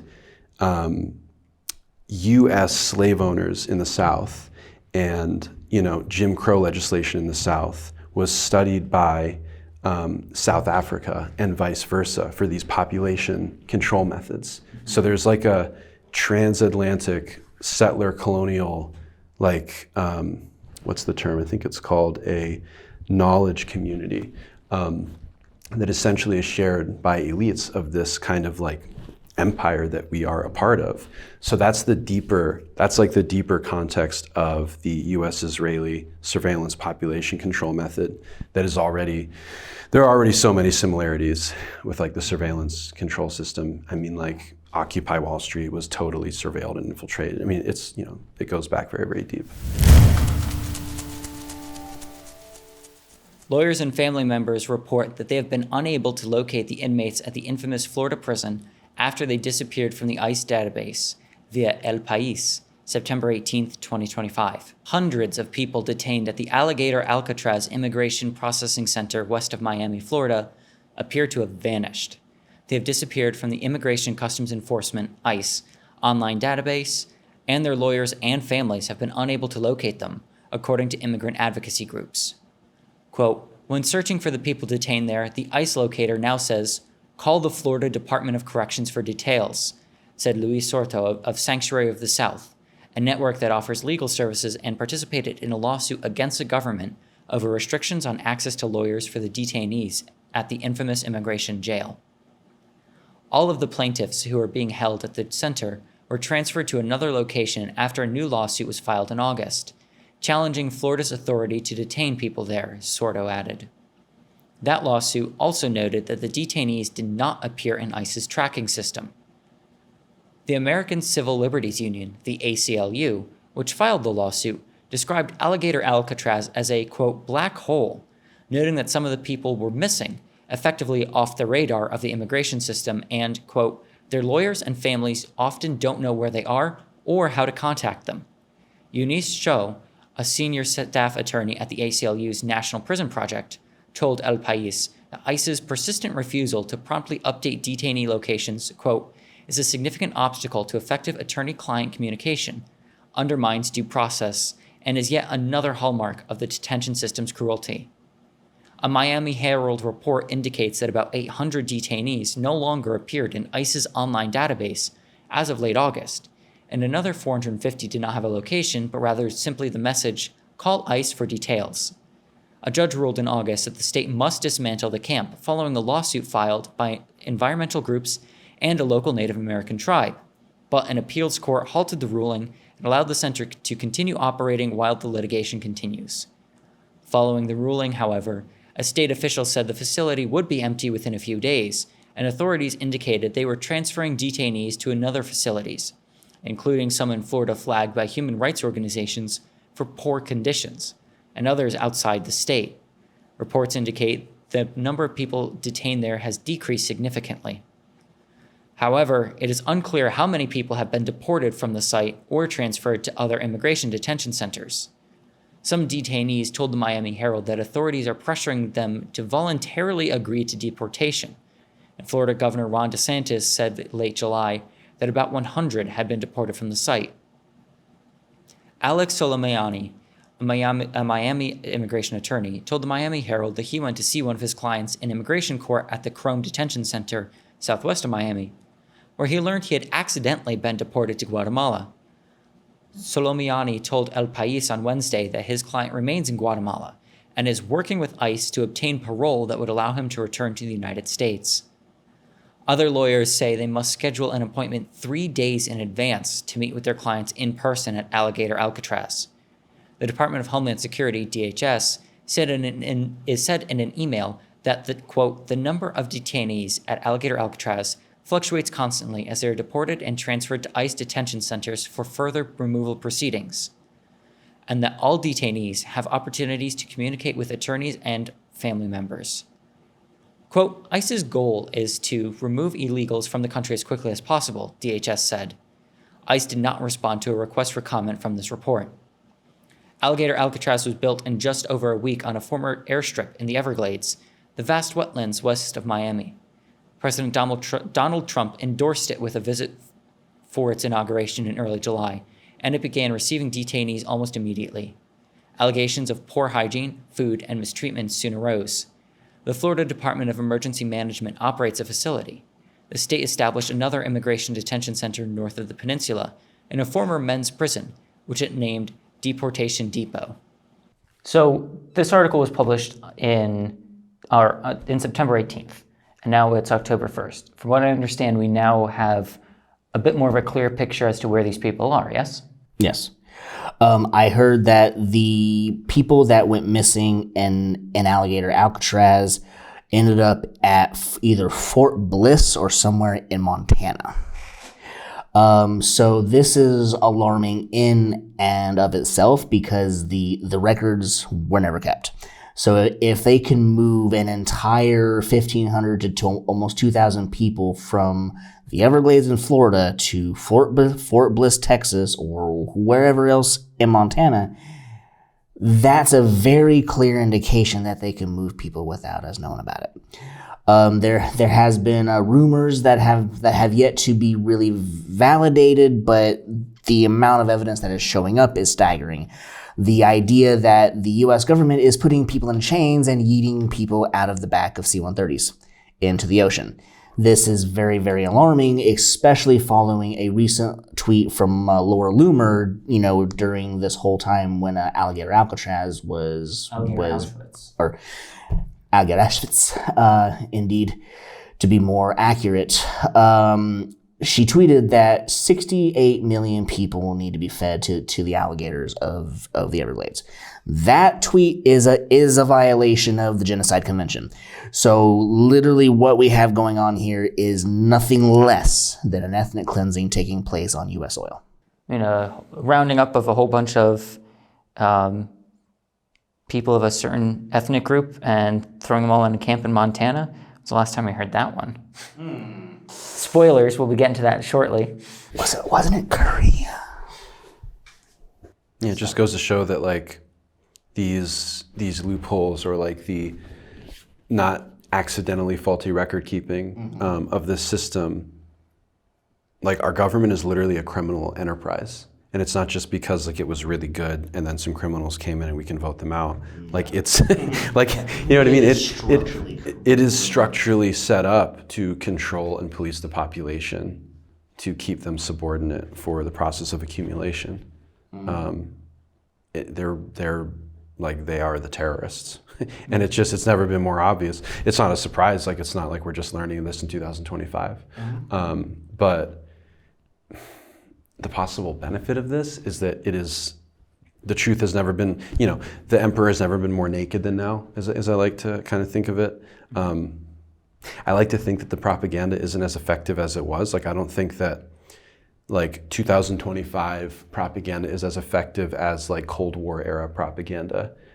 For one, because the underlying socioeconomic safety net, not that it was perfect back then, you know what I mean? But like it's been hollowed out. So like even if there's like imagery up there, like the 3D reality of people's lives is like, well, that's not happening to me, I don't know though, because the amount of Americans who seem completely comfortable with not just the genocide of the Palestinians, but ethnic cleansing in America and sending military to go out and harass and attack and imprison people that they're now legally allowed to do based on the color of their skin or their occupation, is the resistance to this is borderline non-existent. Certainly in upper levels of government, it is completely non-existent. You have Hakeem Jeffries, who just wants to sit around and take photos all day, or Chuck Schumer, who's taking pictures with Trump 2028 hats, and instead of saying, hey, you can't arrest people for being Hispanic and disappear them. You can't take them, you can't deport people, you can't deport US citizens or legally considered refugees and asylum seekers out of the country. And there's no resistance to this at all. I mean, you have the Trump's brown shirts running around in IDF olive green. I don't know if I'm the only one drawing that comparison. What's wrong with that? Running around in IDF olive green in Chicago trying to snatch random people off the street. The military occupation of Washington. And by and large, people may not agree with this, but there's very little resistance to it. And there's huge support for destroying Hispanic communities in America. And maybe it's not new. There's always been huge support for destroying Black communities, for destroying Indigenous communities. I think, too, what we need to do when we're observing ICE, we need to look at the tactics that they learned from Israel, as well as our own government, that is a throwback to how these same people were trained to interact with countries that they deployed to. Yeah, and I mean, anyone who was was out on the streets, especially in major conflict zones during the Black Lives Matter movement, was probably in connection with Palestinians who would ring us up and say, hey man, here's how you block tear gas. Here's how you avoid the surveillance. Here's what you do. Because, of course, the American police system developed all of its strategies by field testing them on Palestinians and using them as live test subjects. I mean, even their riot control methods, their tear gas, rubber bullets were developed by the British and used the Irish population as live test dummies. And so those of us who were involved in Black Lives Matter would be in communication with the Palestinians in order to learn how to defeat these systems. So I'm very, very glad in a lot of ways that the U.S.-Israel relationship and that Israel's, as you said, like true nature or whatever, has been laid bare to the public, so that these cooperations and this information sharing between oppressed peoples, not that the American public are an oppressed people, but you know what I'm saying. Indigenous Americans are, and Hispanic Americans are, trans Americans are. Everybody is oppressed in different ways Yeah. by the same system. Although some people benefit from the system, Yeah. it's again, these multiple truths can be true at the same time. Yeah, one of the things you mentioned, how using Palestinians as test subjects. This is something that my people have very much in common with the Palestinians. During first contact, when the Cherokee and the other tribes were making initial contact with the colonizing forces, once the genocide broke out in full force, it was not abnormal to see chains of 10, 15 of our tribal members chained together, musket fired, to see how far the bullet or the cannon goes through the body. And so these types of human experimenting to see part of what kind of damage can these weapons do, what can we improve to maximize the damage, so on and so forth. It's literally using a human being to be a science experiment. I mean, that's what the Japanese did with Unit 731. It's why they got away with it, because we took all their data, and that's how we know the human body is 70% water. Trump orders troops to Portland, Oregon, and latest deployment to U.S. cities via the Associated Press, updated September 27, 2025. President Donald Trump said Saturday he will be sending troops to Portland, Oregon, quote, authorizing full force, if necessary, to handle domestic terrorists, as he expands his controversial deployment to more American cities. He made the announcement on social media, writing that he was directing the Department of Defense to, quote, provide all necessary troops to protect war-ravaged Portland. Trump said the decision was necessary to protect U.S. immigration and customs enforcement facilities, which he described as, quote, under siege from attack by Antifa and other domestic terrorists. The White House did not immediately respond to a request for details on Trump's announcement, such as a timeline for the deployment or what troops would be involved. At a Friday night news conference, Democratic U.S. Senator Jeff Merkley warned the public that Trump would try to create chaos. Don't take the bait, he said. Quote, our responsibility is to, yes, express our views, yes, protest, Merkley said. but best done at a distance from these federal troops, whoever they might be and whatever they are doing, because their goal is to create an engagement that will lead to conflict. Trump previously threatened to send the National Guard to Chicago, but has yet to follow through. A deployment in Memphis, Tennessee is expected soon and will include only about 150 troops, far less than were sent to the District of Columbia for Trump's crackdown in his crime, or in Los Angeles in response to immigration protests that turned violent with the troops' arrival. Trump also sent Marines to Los Angeles. Pentagon officials did not immediately respond to requests for information, nor did the office of Oregon Governor Tina Kotek, a Democrat. Portland Mayor Keith Wilson said Friday night that the city was already seeing a sudden surge in federal agents, describing armored vehicles and agents arriving on the streets. Portland, population 636,000, was the site of a long-running and sometimes violent racial justice protests following George Floyd's murder by Minneapolis police in 2020. The Trump administration sent hundreds of agents, including from the U.S. Border Patrol, for the stated purpose of protecting the federal courthouse and other federal property from vandalism. Quote, "We did not ask for them to come," the Democratic mayor said. "They are here without clear precedent or purpose." Recent protests have been far more muted and focused on the area around the ICE building, located outside the city's downtown that was the heart of the 2020 protests. The building's main entrance and ground floor windows have been boarded up and tagged with graffiti. Some federal agents have been injured, and several protesters have been charged with assault. Some demonstrators also say they've been injured. When protesters erected a guillotine earlier this month, the Department of Homeland Security described it as, quote, "unhinged behavior." Meantime, city groups and officials have sought to highlight the recovery of the downtown area since 2020.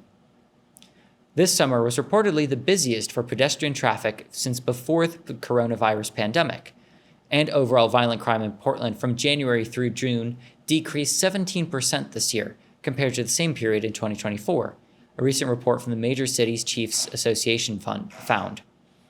The downtown has seen a decrease in homeless tent encampments that defined the years immediately after the pandemic. Since the September 10th assassination of conservative activist Charlie Kirk, Trump has escalated his efforts to confront what he calls the radical left, which he blames for the country's problems with political violence. Trump, in comments Thursday in the Oval Office, suggested some kind of operation was in the works. Quote, "We're going to get out there and we're going to do a pretty big number on those people in Portland," he said, describing them as, quote, "professional agitators and anarchists." So Trump's nationwide deployment of National Guard troops has expanded to include Portland, which the Democratic mayor said, we didn't invite. He also told people to not take the bait, meaning, liberal and left people who might actually have, principled disagreements with what's happening with the ICE concentration camp system throughout the country to not, take the bait. Trump said that this is to protect the war-ravaged region of Portland, Oregon, to protect them from leftist radicals and terrorists. A big theme in our news roundup tonight has been the meaning of the word terror and who are the true terrorists and that kind of a thing. This is a very, very cliche point, but it's worth repeating.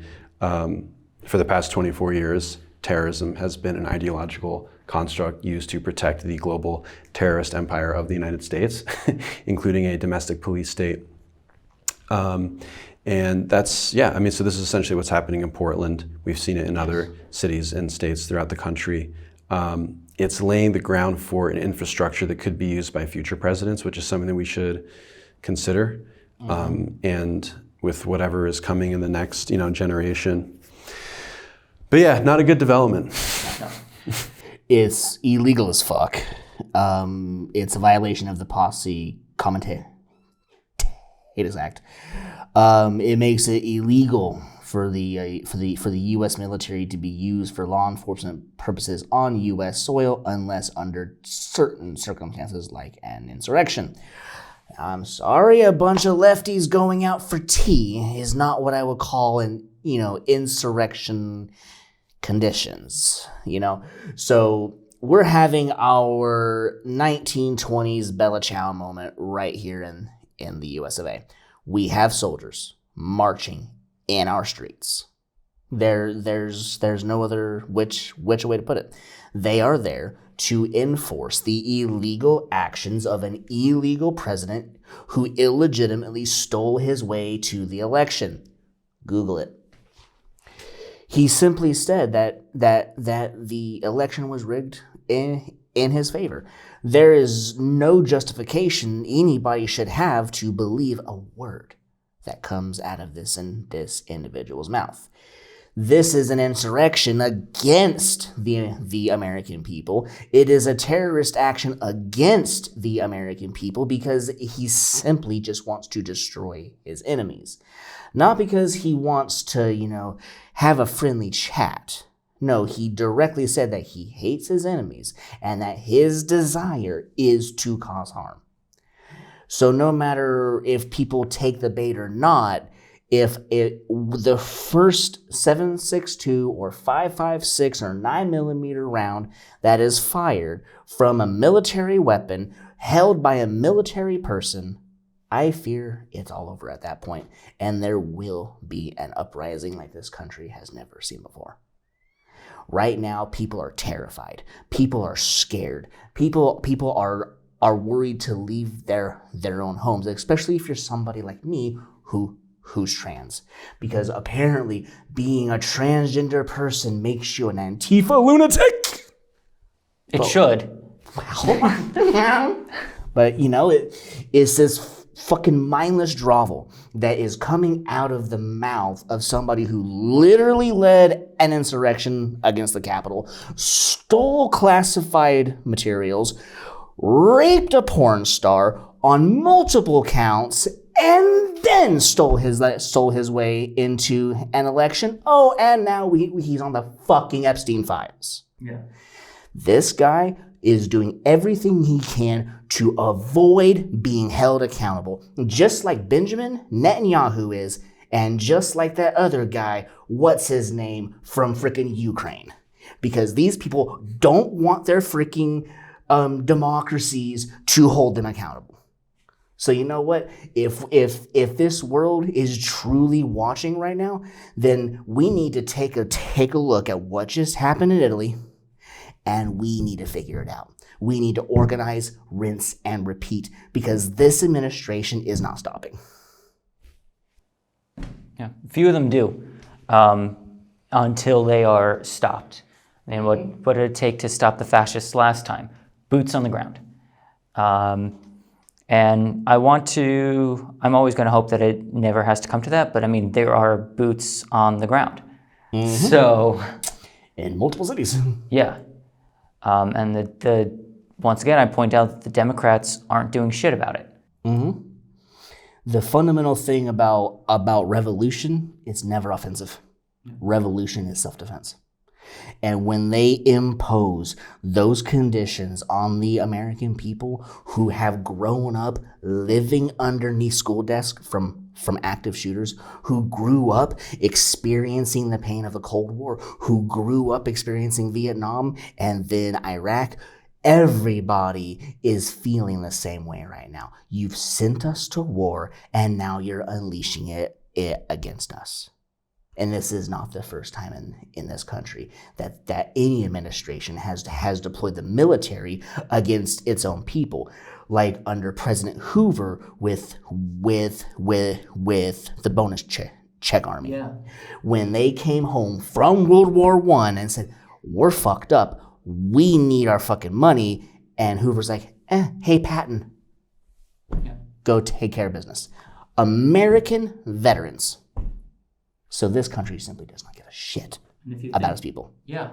And if you think that, the National Guard isn't going to shoot people, what is Kent State most famous for? It's the National Guard going out and shooting. Mm-hmm. And right now, the nation is waiting on pins and needles. Is the troops going to follow orders, or are they going to stand with the people? Is Israel going to let the blockade be broken, or are they going to bomb it? We seem to be at this conjunction where we're damned if we do and damned if we don't, and we have to respond either way. The nice thing to come out over this past weekend is that on Monday, when Hegseth and Trump held their Nazi rally for the top brass did not seem to be into it. No. And the Marines deployed to Los Angeles were unhappy. A lot of the soldiers involved are in the Army largely for financial gain or for patriotic fervor, not because they hate the American public or because they want to hurt American brown people or black people. So a majority of the violence unleashed against the American public comes from the police forces, whether it be local, state, or ICE. Civilians who sign into this white supremacist, white nationalist militia to maintain the state's monopoly on violence over the people.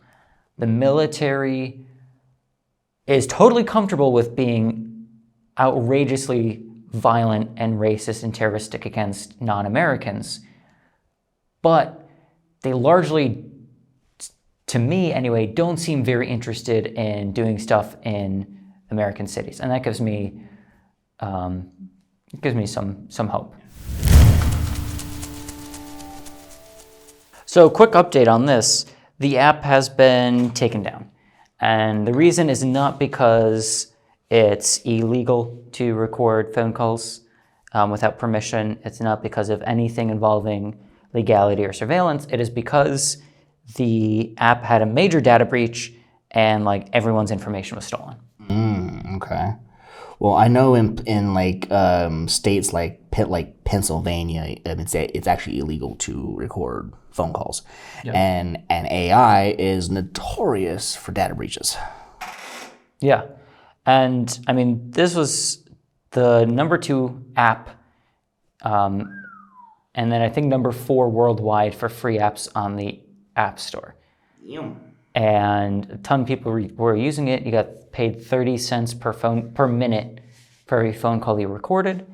And this is, not just a violation of privacy, because, obviously that's why the app was taken down, but I feel like it's a violation of our privacy, of the individual's person's privacy, to find out that an AI program is stealing your conversation. Right. Yeah, it creates a layer of mistrust with people trying to have friendships and relationships, or just talking on the phone in general. It's like if somebody can just hit record and there goes your entire conversation, and it can create a whole information block based on your voice from the input you gave it, and it can create a whole new you in a matter of seconds. Yeah. There's an ethical problem here. Yeah. And I think it is AI wide. I simply do not see where AI is useful. I see where it may help people, but I see far too much of what can go wrong and what is going wrong. It's like AI, it learns and it learns and it learns and it learns. But at what point does it not learn and start using what it knows?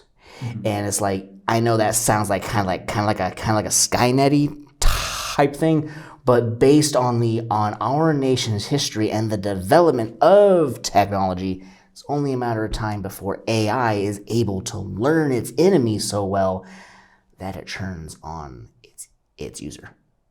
And that is not what we want in the military. That's not what we want in law enforcement. We need tools that can either be held accountable, or the people themselves be adequately trained in the ethical use of this tool.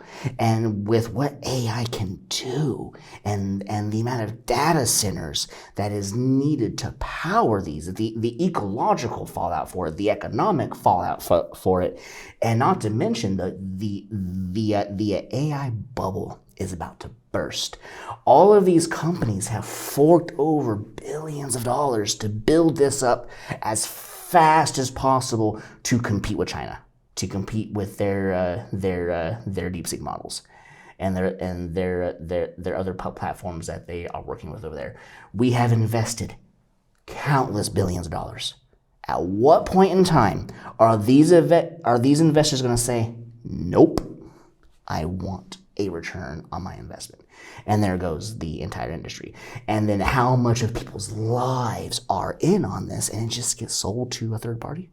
That's the nature of capitalism. There are people that have whole sexual relationships with their AI. People have their whole family albums managed by AI. Your whole life can be ruined with what is stored. Yeah.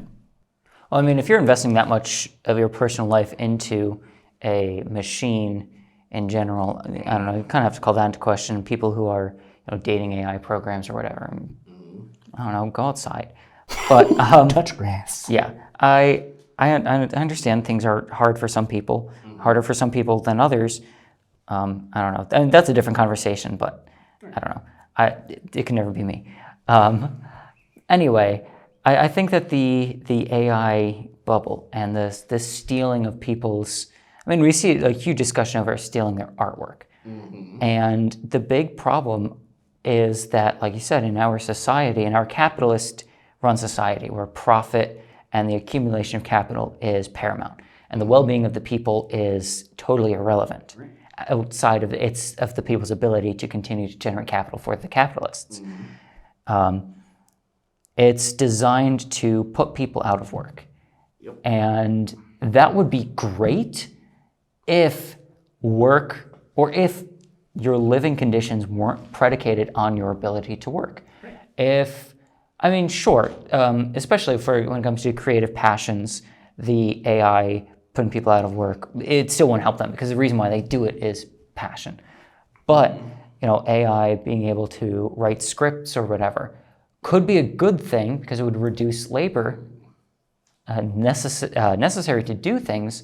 Not that I still wouldn't trust it. But I've talked to some people who are in medicine, and one of the things that they've been hopeful for is for AI to be able to listen to patient interactions and then do the notes for them. And it would save doctors and nurses and other medical staff so much time in paperwork that would allow them to be less burned out, so they can either spend that time with patients or spend it on themselves. And so you'll be able to have happier, healthier doctors and medical staff. That's logical. Yeah.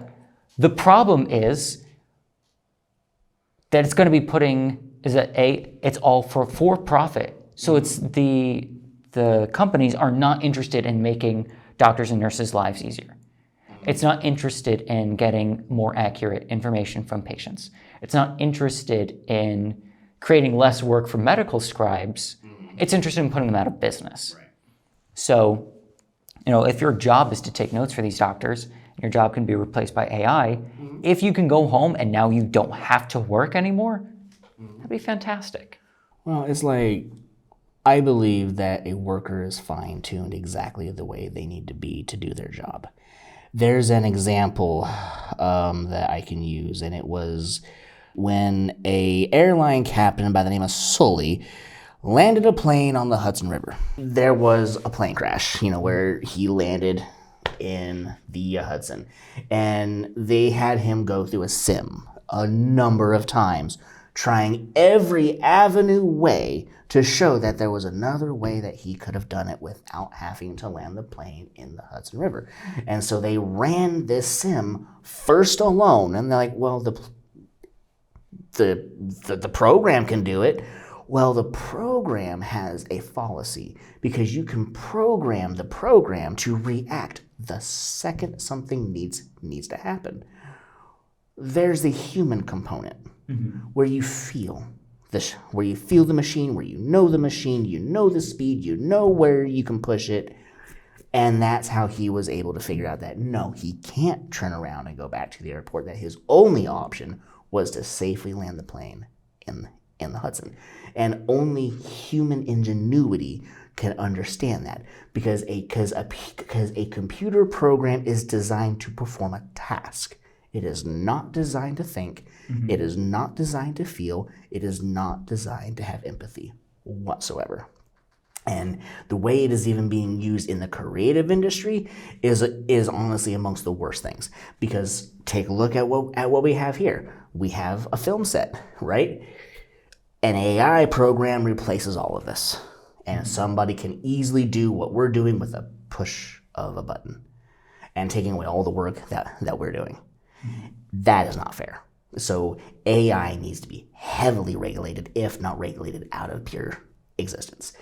And yes, there is an arguably somewhat workable way that AI could be used, like if we were to use it in a more communistic approach, where the AI makes everything for the people, but then you're at the mercy of the government who controls it. If we were living in China, I could trust that China is going to do it for the greater good of society, for the most part. The United States, I don't. I simply cannot. Off-duty officer shoots and wounds man inside New York City's busiest Penn Station, police say via Associated Press, September 25, 2025. An off-duty New York City police officer shot and wounded a man in Manhattan's Penn Station, the country's busiest rail hub, during a chaotic confrontation that began aboard a stopped rush-hour train, according to police and surveillance footage.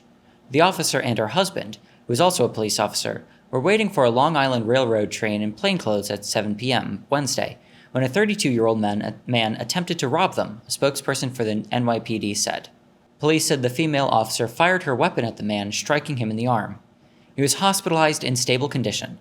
No other injuries were reported. The police spokesperson declined to say if the man had a weapon and did not offer the other details about the alleged robbery.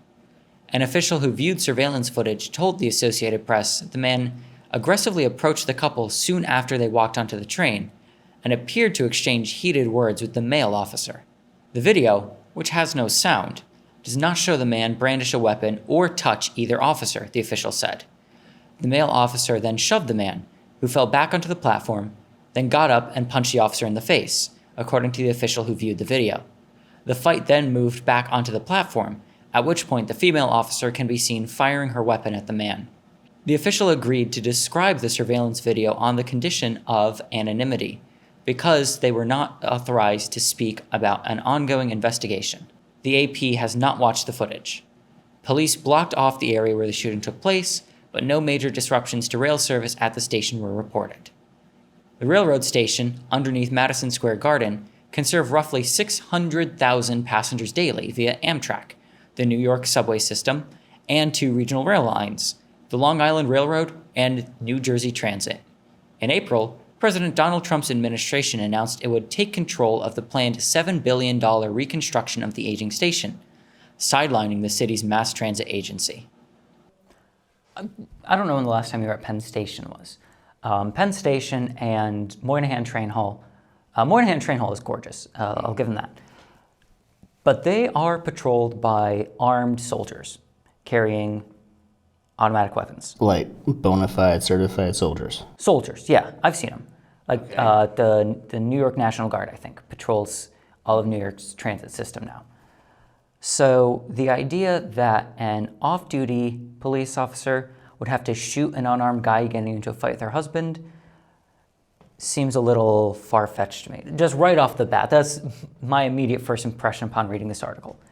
And then, of course, looking at the fact that we have 2 off-duty NYPD officers who are armed in New York subway station. I don't know. It's all of it seems to be more state monopoly on violence boomeranging back onto the general public. That's exactly what it sounds like. Plus, I'm trying to wrap my mind around this concept. doesn't Trump say that the presence of soldiers is a crime deterrent, but it wasn't a crime deterrent for 2 cops who murdered a guy? Oh, no, he's in stable condition. Oh, stable condition. Yeah, they just shot him. Only. Yeah, they only shot him. He's So sorry, guy. So, I mean, I don't know where the presence of soldiers has been a crime deterrent. Right. So doesn't this whole situation completely negate Trump's whole premise in the first place? Yeah. I think it was, I can't remember who put the soldiers in there in the first place. I want to say it was actually the governor of New York, but I could be mistaken. It could have been the Trump. No, it would have been. Well, I mean, regardless of who deployed them, it's the practical component of the soldier was not capable of deterring 2 badged law enforcement officers from committing aggravated assault with a firearm. Yeah, and yeah, because the last time I was there was 2024, so it would have been under Biden, and they were already there. So maybe Biden deployed them, maybe as a governor. I can't remember specifically, but you're right. The presence of armed soldiers in the public transit system clearly does not deter crime. It doesn't even deter violent crime. And now this fight starts, I think, on the subway itself, where the soldiers aren't. Or at least I haven't seen soldiers on the trains themselves as, like, it working. I'm sure soldiers take the trains in New York all the time. And so it starts there, and then it turns into a brawl on the platform.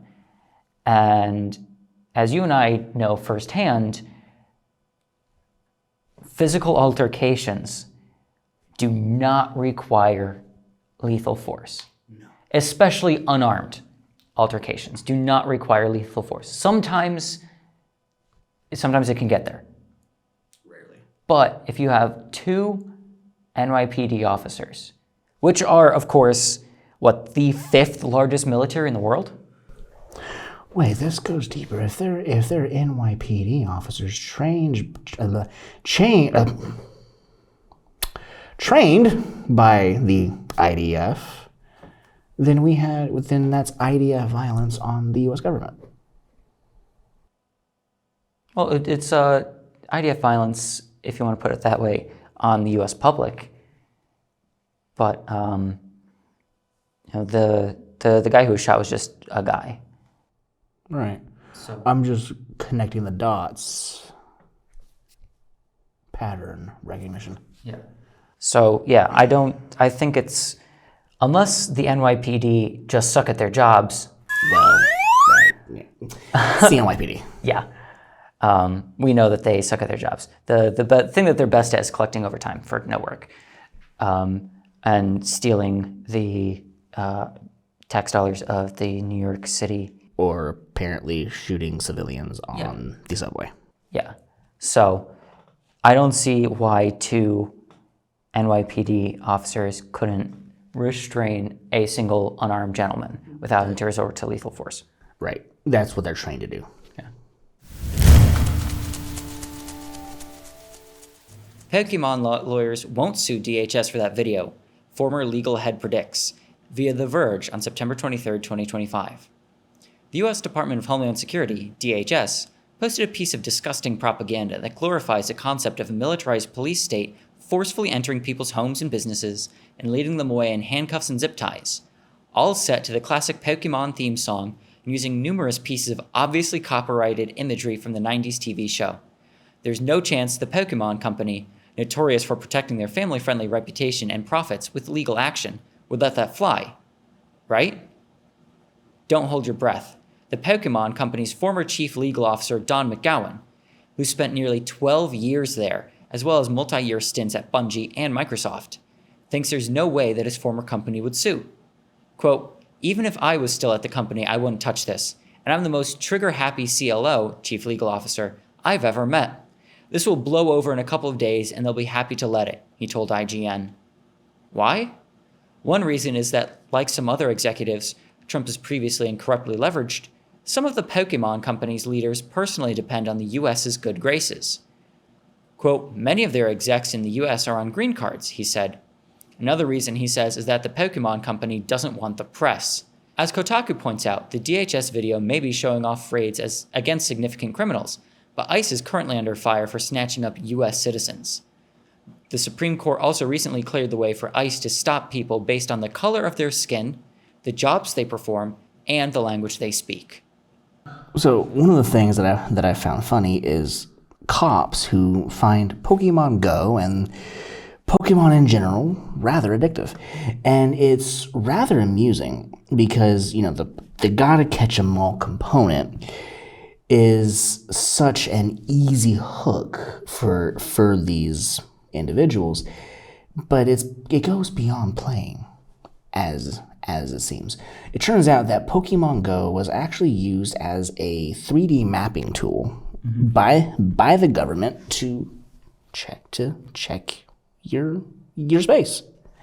And then, of course, now we have DHS and ICE that have gone to use the likeness of Ash Ketchum and Pokemon to do just that. Gotta catch them all. So it's interesting seeing the boomerang come back on this one. They've used the Pokemon to do the spatial readings, and they're using the Pokemon to say why they're doing it. So I'm wondering if the two are connected.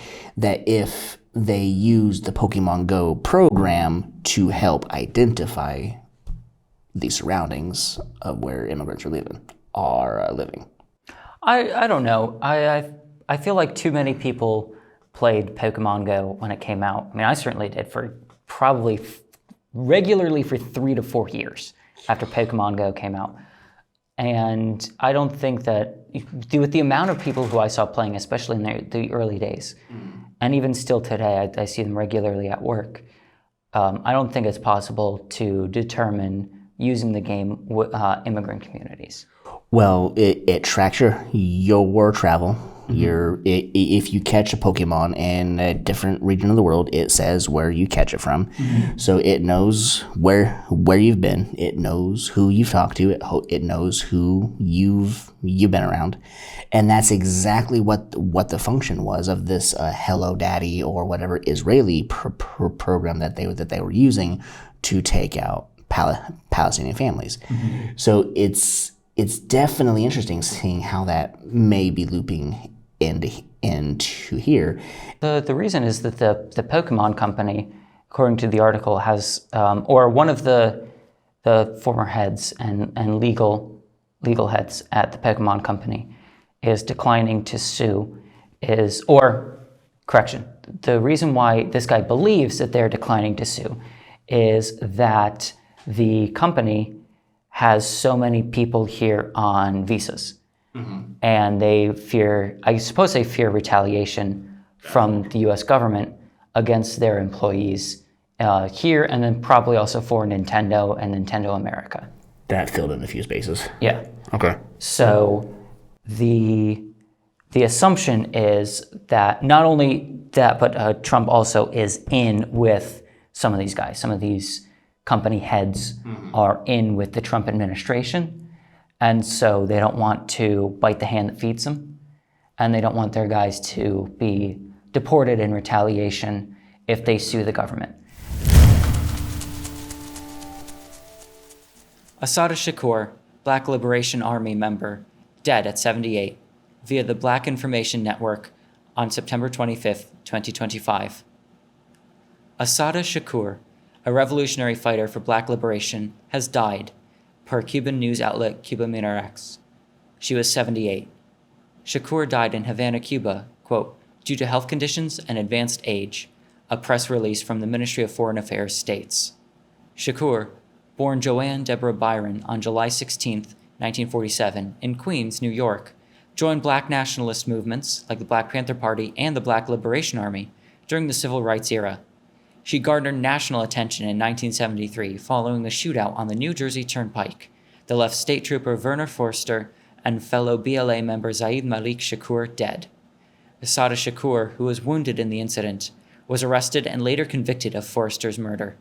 She consistently maintained her innocence, and supporters said racism and misconduct tainted her trial. In 1978, Shakur escaped from the Clinton Correctional Facility for Women in New Jersey with the help of armed allies. She resurfaced years later in Cuba, where Fidel Castro's government granted her political asylum. She lived there under her chosen name for the rest of her life, shielded from U.S. extradition efforts. To U.S. authorities, Shakur remained a fugitive and was named to the FBI's Most Wanted Terrorists list in 2013, the first woman to receive that designation, with a $2 million reward offered for information leading to her arrest. However, to activists, Shakur was a symbol of resistance to racial injustice. Her 1987 autobiography, Assata, has become a foundational text for Black activists. Shakur is also referenced frequently in hip-hop culture and political discourse. Prior to her death, Shakur lived quietly in Cuba, occasionally granting interviews and continuing to write and voicing support for global struggles against oppression. Rest in power, Assata Shakur. So, you know how they say in our movement that we're often standing on the shoulders of giants? Yeah. Recently, we lost one of those giants. Her name was Assata Shakur, and she was a Black liberation activist, Marxist-Leninist, and ultimately gave the U.S. the slip after getting shot, took up refuge in Cuba, where she was able to live out the rest of her days. Yeah. And one thing that I learned relatively recently, because I had been under the impression, and I guess I probably should have looked into this more, that because she was found guilty of shooting the police officer on the turnpike, that she was involved. Mm-hmm. And I only learned recently that one of the medical examiners who gave a testimony at her trial proved that there was no possible way she was involved or she was involved in shooting when she got shot. Mm-hmm. So she was more or less a bystander in this operation, mm-hmm. and then blamed and set up as a terrorist in order to help attack and delegitimize the Black liberation movement. And then, of course, that's why she was imprisoned, and that's why she had to live out the rest of her life in Cuba, because she was effectively framed. And I say effectively, quite literally, it was an effective framing in order to castigate her and the rest of the Black Liberation Army. And it's always been the mission of this government, especially when it comes to Black liberation.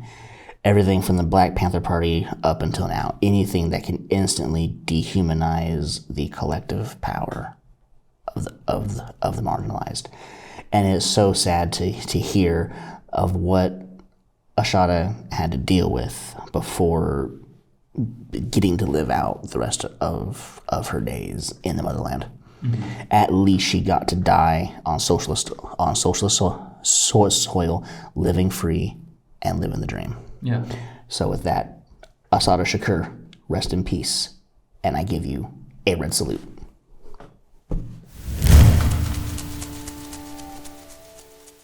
Trump's energy secretary aims to claw back billions slated for clean energy projects via Mother Jones News on September 26, 2025. Former fracking CEO Chris Wright calls climate action a, quote, green news scam that makes people's lives worse. The U.S. Energy Secretary Chris Wright on Wednesday announced that his department will return to the Treasury billions of dollars set aside for green projects, while dodging questions about affordability and grid reliability and claiming international climate policy has not lowered emissions. Quote, the more people have gotten into so-called climate action, the more expensive their energy has become, Wright said. That lowers people's quality of lives and reduces their life opportunities. The Trump administration aims to end cancel culture, Wright said, wherein, quote, you can't say anything about climate change without being shouted down. He also defended a widely criticized Energy Department report that experts say was full of climate misinformation, claiming it only contained one figure that was out of line with a recent National Academy's report on climate science. Asked about concerns that the administration's widespread attacks on climate policy Wright said climate action had not delivered. Quote, "We've had 30 years, more than 30 years, since the Kyoto Protocol. We haven't even changed the trajectory of global greenhouse gas emissions." However, since the adoption of the Paris Agreement, the projected rise in global warming has been dramatically reduced from over 4 degrees Celsius of temperature rise expected by the century's end to 2.6 degrees Celsius if climate action plans are fully implemented, according to the UN Secretary General. Wright also announced plans to return the $13 billion in Biden-era funding for green projects, which his department said were, quote, "initially approved to advance the previous administration's wasteful Green New Scam agenda." He did not clarify which green projects would be targeted. Questioned about his administration's attempts to halt wind farm construction, including ones that are already permitted, Wright said the administration is merely investigating widespread concerns about the project's impacts, including on whale populations. Scientists say there is no credible evidence that wind turbines pose a major danger to whales. Asked if future presidential administrations should be able to launch similar attacks on already permitted fossil fuel projects, he said they already have, citing Biden's revocation of a permit for the controversial Keystone XL oil pipeline. The president has pledged to slash electricity bills by half, yet grid operators have said the Trump administration's efforts to halt renewable energy while keeping costly coal plants online have forced him to increase utility bills. Wright dodged a question about those rising costs, claiming that Biden's efforts to close the coal plants raised the price of electricity. Asked if he plans to go to the COP30, the United Nations climate talks in Brazil in November, Wright said no. Quote, "I don't have any plans to go there." So the Secretary of Energy is a former executive for the fracking industry. So I think, Wow. based on that alone, we should definitely trust his expertise when it comes to green energy. 100%. Fracking has never hurt anybody ever, right? Well, I mean, the people in Dimog, right? I mean, they're doing great. Yeah. Poisoned water isn't a big deal. Yeah, it gets on your skin. It's nice for your complexion. Yeah. I like it when you turn on the tap and it catches fire. I think that's It's cool. great. It's a nice It adds flavor. special effect. It adds flavor.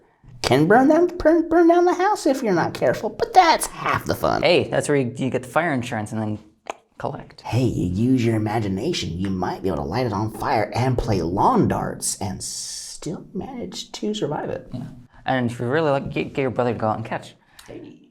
But no, all jokes aside, this is just ridiculous.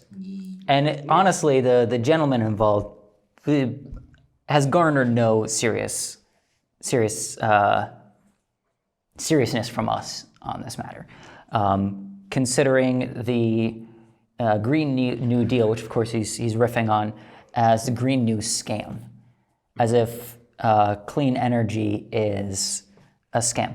I mean, do we just have to look? I even feel undignified by even responding to this, but you have huge portions of the world relying on renewable energy. I mean, Sana'a in Yemen, one of the poorest countries in the world, like 70% of their energy comes from decentralized solar energy. So just the idea that this is some kind of scam being pulled over on the American people in order to get them to invest in renewable, long-lasting energy. Save the whales by cutting wind power? Are you kidding me? Is this something that was in the news before I was old enough to pay attention to the news or something? Or is this just being pulled out of nowhere once again? Well, I think the biggest thing here is clean energy is the biggest threat to fossil fuels. Oh yeah. And our country is head over heels, hand over fist, in love with fossil fuels. And it's purely for profit. Of course, Trump knows that coal isn't clean. Of course he knows it's a pain in the ass. Coal's clean. Well, yes. But good luck finding it with the amount that you need. But of course, places like Vietnam have a surplus of this kind of coal. But we don't want to work with other countries. We have to industrialize here. So how is it that we're going to industrialize a fossil fuel industry when we kind of don't have much to furnish anymore. So we're cutting out the countries that we need in order to keep the fossil fuel industry going, while trashing the green energy sphere for some ridiculous fucking reason. And yet China has once again proven that green energy is not only affordable, it's profitable, and it's clean. Yeah. Making monumental efforts to first to industrialize and then to clean up their industry. And we're over here still digging up coal like it's the 1880s. Right. And this whole identity around coal mining in modern politics is absurd. I mean, we hear it all the time. It's like, oh, well, what's the West Virginia coal miner? What's he supposed to think about the place in the world? There's like 50 of those. I'm pretty sure the West Virginia coal miner is gonna look real happy getting a job where they don't get black lung. Yeah. Where they can actually sell these devices, whether it's windmills or solar panels or hydrogen dams or whatever, to produce renewable energy that generates itself. Yeah. And cutting investment in the fossil fuel industry from a jobs perspective is, I understand why that's scary. Because people who have spent their time, the proletarian workers involved in coal mining, involved in oil drilling, involved in, I don't know, what's another fossil fuel, natural gas and fracking. It is when their livelihood is put on the line, it's scary. And of course they want to keep their jobs and they want to keep their profession, especially if they spend so much time getting good at it.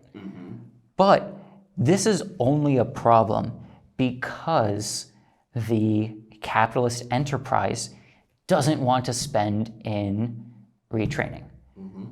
If losing your job means losing your healthcare, losing your health, losing your ability to feed your family, losing your ability to clothe your family, losing your ability to house your family, to transport your family, if that's what losing your job means, you're going to do whatever you can to hold on to it, even if you know that it's poisoning the earth.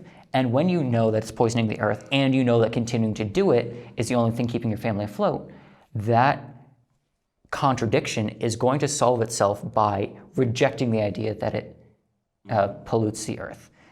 And so, of course, there's a lot of incentive, more than just financial, in these people to reject the climate change, reject global warming, reject pollution. And it's because if they acknowledge it, or if they lose their jobs because they acknowledge it, they're not going to be taken care of. And we need to have a country that takes care of its citizens. And we need to have a society that cares about each other. And one of the first steps to doing that is creating a society that is straight up healthy to live in. And that means, obviously, renewable energy, clean energy. And the Declaration of Independence says life, liberty, and the pursuit of happiness. Life, that means health. It sure does. It was like you look at all these renewable options, right? And we have all of these programs that we want to fund, whether it's housing or food, Medicare for all, right? These renewable resources can help us fund that. Like Japan has these push plates that you walk on like it's a regular sidewalk. The force down of you pushing generates electricity. In Germany, you got the cars when they're passing, going on the Autobahn, they have these wind turbines that pick up the residual wind from the car passing by. In the Netherlands, they converted some of their big old windmills into power generation. And it's like we can really think outside the box with these. Like, we can take one of those Netherlands-style windmills, right? Convert it into an apartment, use the windmill to produce the electricity for the apartment. And then everybody gets trained on how to operate the windmill, and all of a sudden, it's a living, working cooperative. There are so many unique ways that we can approach renewable energy to where it creates jobs, creates revenue, and provides the resources for us to do as China is doing and advance to where we ourselves can generate the solar energy of the sun in our laboratories for a prolonged few minutes and solve our own energy crisis. But of course, we don't want to look at China as a friend and an ally. We got to look at China as if they're the devil. President Trump finally inked a $14 billion TikTok deal to keep the app alive via Mashable on September 25th, 2025. TikTok bans are off the table for now. On Thursday afternoon, President Donald Trump signed an executive order that facilitates the sale of TikTok to a group of American investors. So, is TikTok officially off the chopping block of the United States? Not quite. Technically, the deal still hasn't been finalized, according to CNN. The executive order declares that the TikTok deal meets the requirements of a 2024 law that banned TikTok from operating in the United States. Moving forward, data for U.S. users would be managed by Oracle, and White House Press Secretary Carolyn Leavitt has said that the U.S. algorithm would also be controlled domestically. In addition, Vice President J.D. Vance said the deal values the U.S. TikTok assets at $14 billion per deadline. In addition to Oracle, the new consortium of owners could include Oracle head Larry Ellison, Dell Technologies CEO Michael Dell, and Fox Corporation. This comes after years of Trump posturing and signing executive orders to hold off on the Biden-era ban, which also took years of posturing and debating. ByteDance, TikTok's Chinese parent company, has been on a timeline to find either a new owner or get banned from the US due to security reasons. Trump has signed executive orders to extend the deadline time and time again. Finally, after talks between Trump and Chinese President Xi Jinping, the leaders have struck a deal. Honestly, I'm getting pretty tired of this TikTok US government games. I was pretty much done especially when they dragged that guy in front of Congress.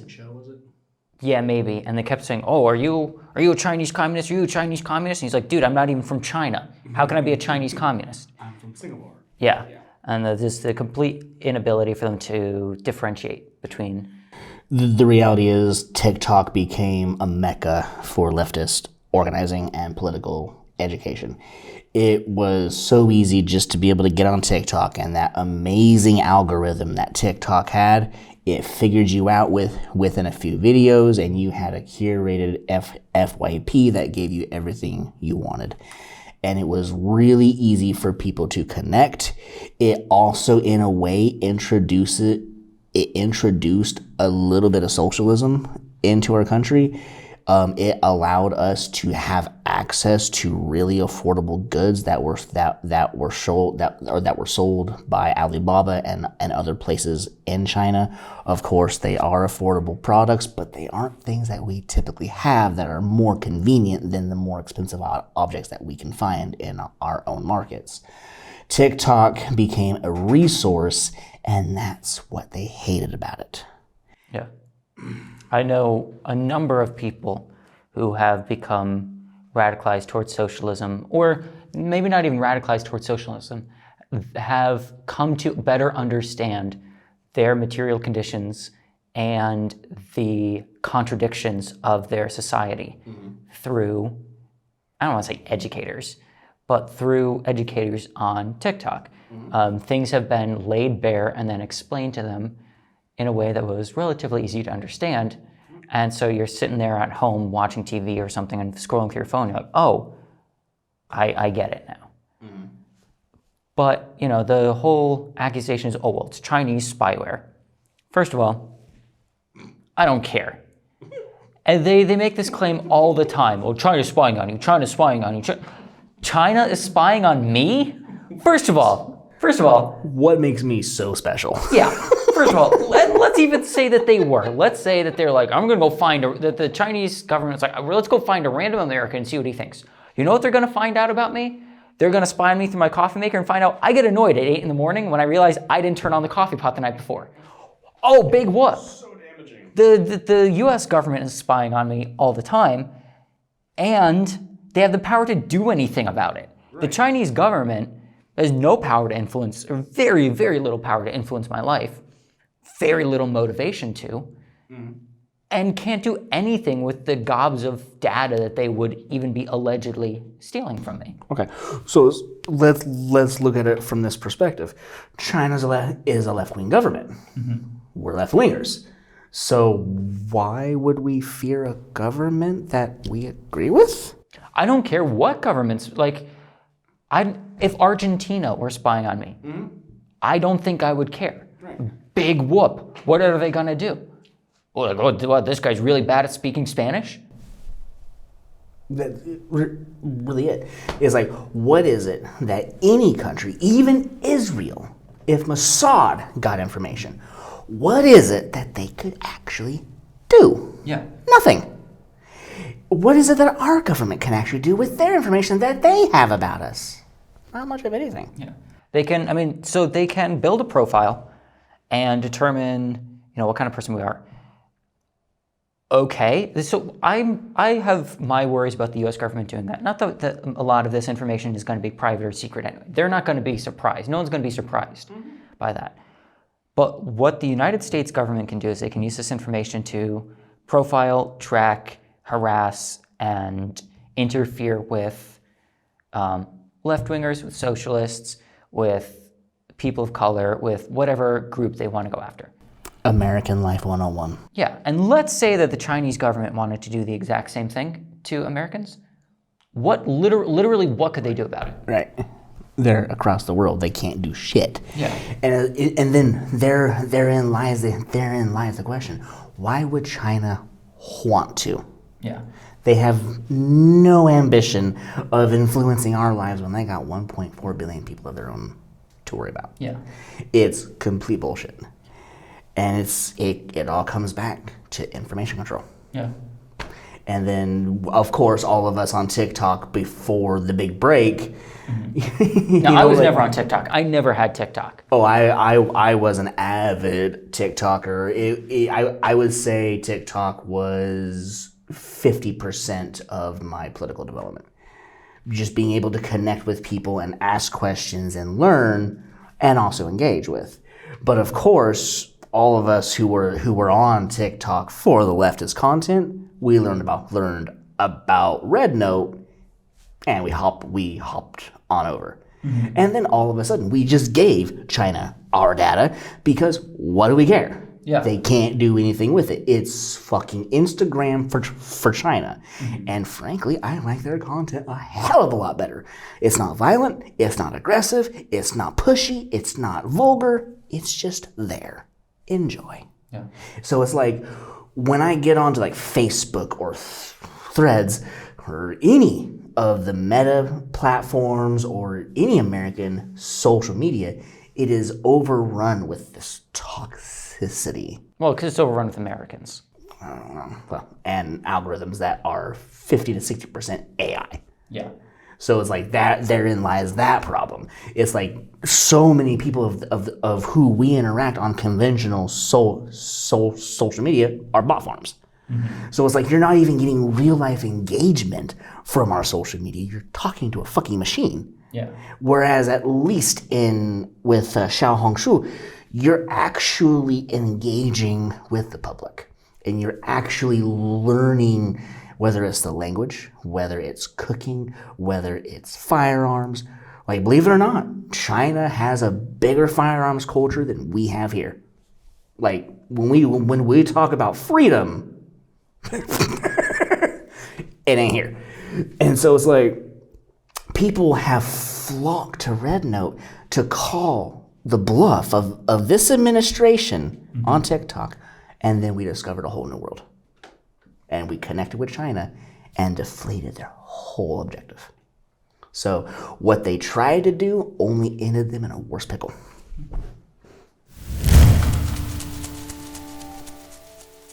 Musk and Trump unite again as relationship warms, this time for Grok to help manage federal properties, via The Independent on the 26th of September 2025. It comes just less than 4 months after the explosive bust-up between Trump and Musk in June, which culminated in a fiery online exchange. President Donald Trump and Elon Musk are seemingly back on track to rekindle their relationship, after the administration announced it would be using the billionaire's AI chatbot Grok for the management of federal properties. In a press release Thursday, the U.S. General Services Administration announced a major partnership with Musk's xAI, Grok for Government, making the company's AI models accessible to federal agencies for 42 cents per organization. The unique offer will stretch for 18 months until March 2027, and is the longest term for such an agreement, the GSA said.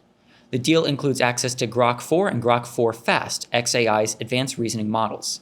It comes just less than 4 months after the explosive bust-up between Trump and Musk in June, which culminated in a fiery online exchange, with both men slinging insults at each other from their respective social media platforms, Truth Social and Twitter. But the pair was recently pictured chatting and shaking hands at the funeral of MAGA commentator Charlie Kirk in Arizona.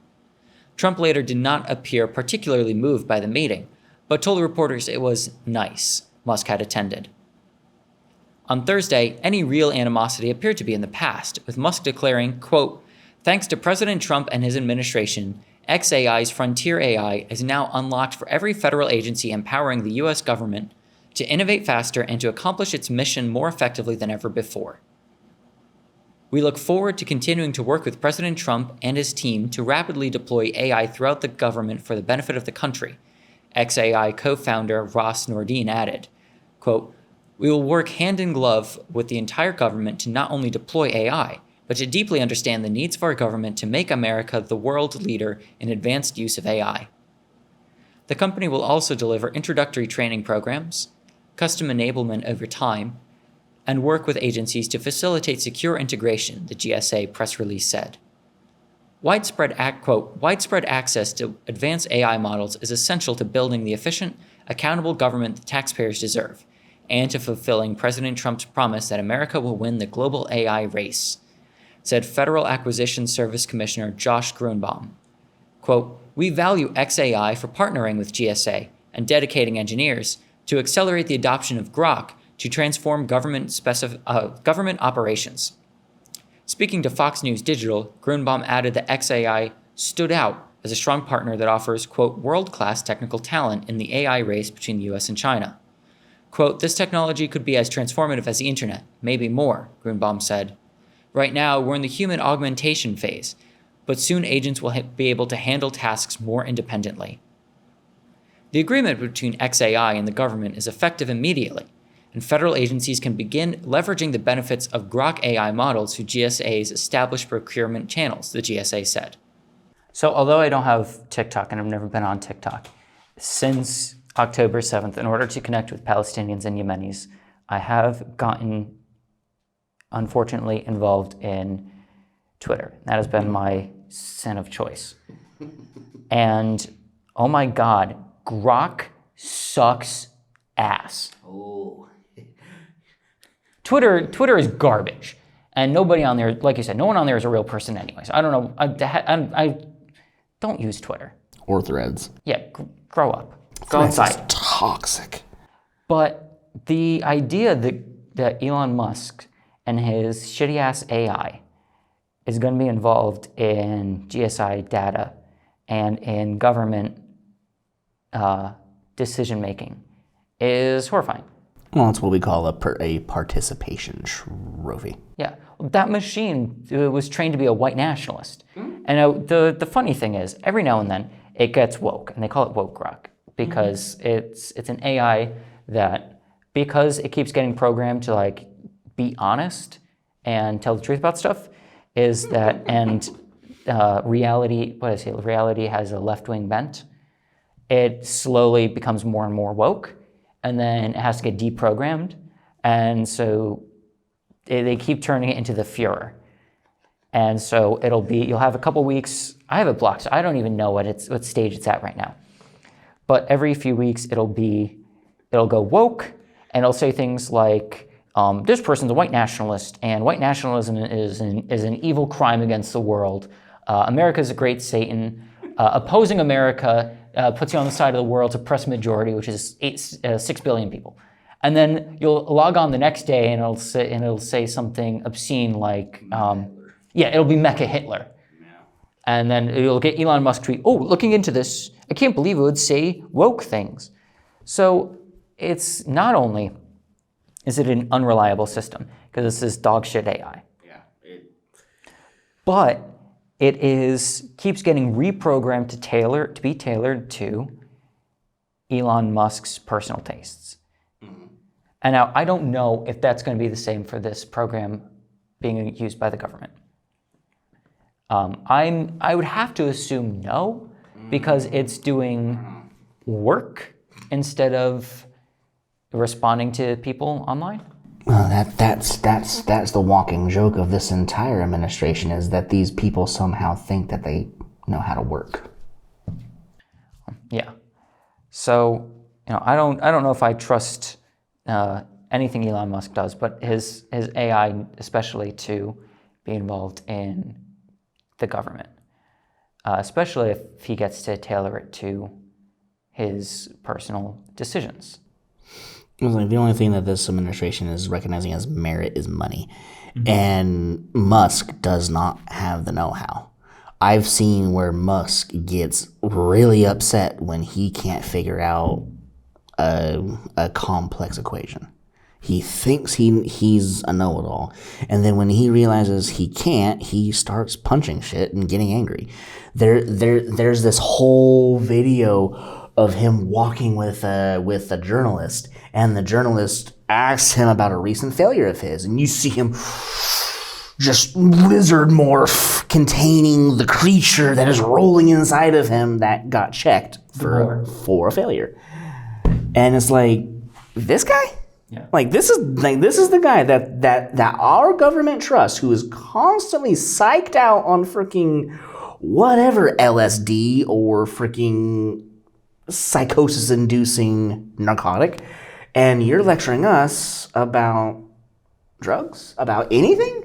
He can't figure out a train. And yet he can't seem to figure out that when you create an adaptive AI model that learns when you input it and you put the seeds that develop it, like a bunch of engineers who create AI know how to do, and then all of a sudden Grok goes woke, and because it's more aligned with truth, what does that tell the right wing?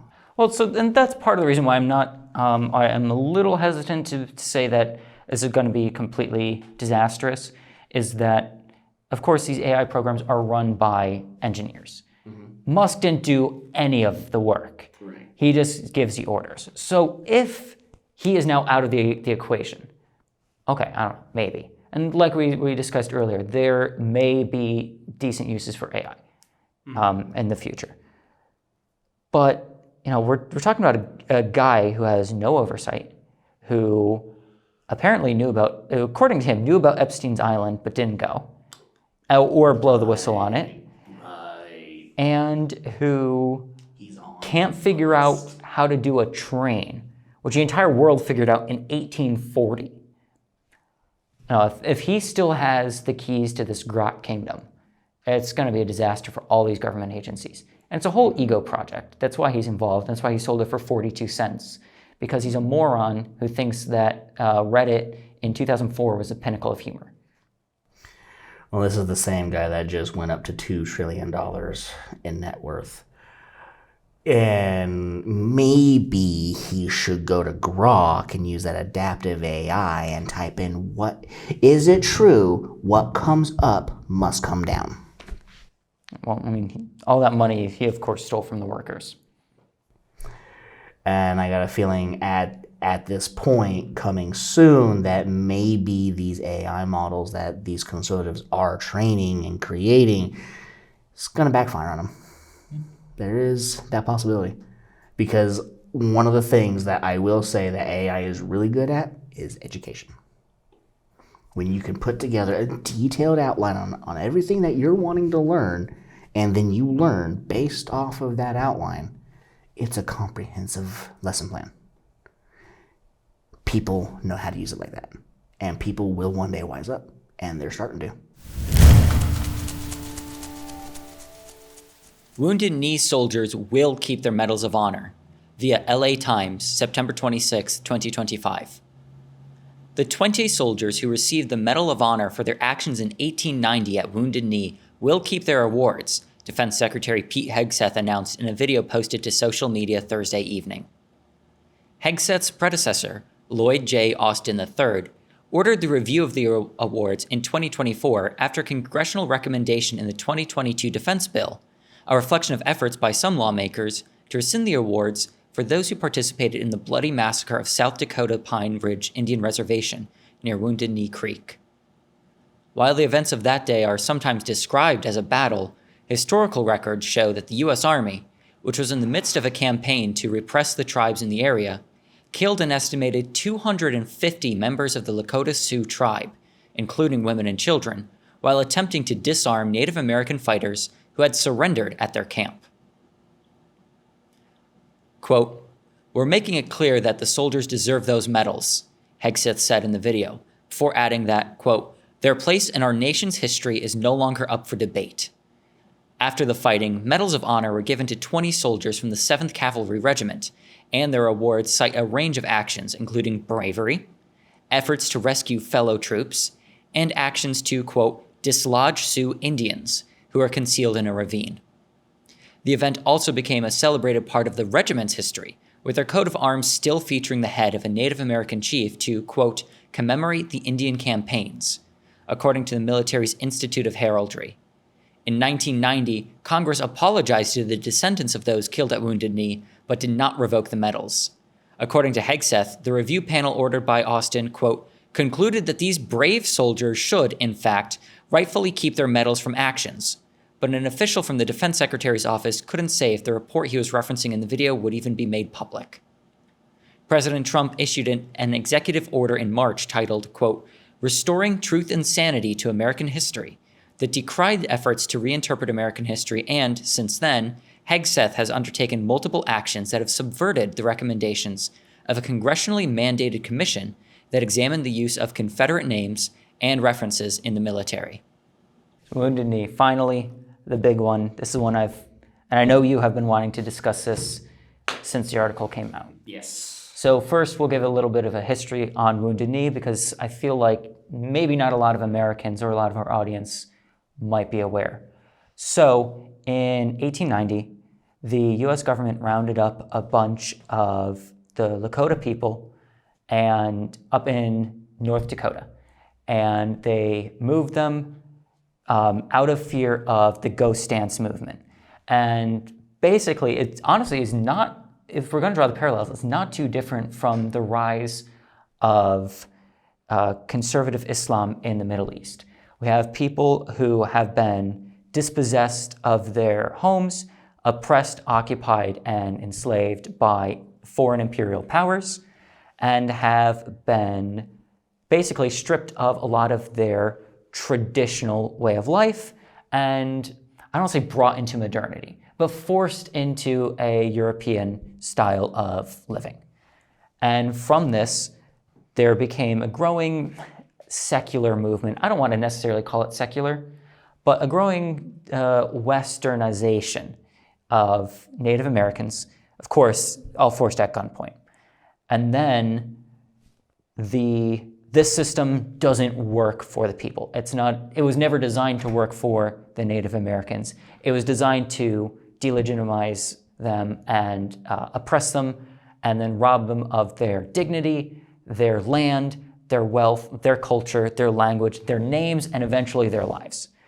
And at a certain point, as this decline in quality of life in independence dwindles, the Native Americans, specifically in this reservation up in the Dakotas, start to pivot back towards a very traditional way of life.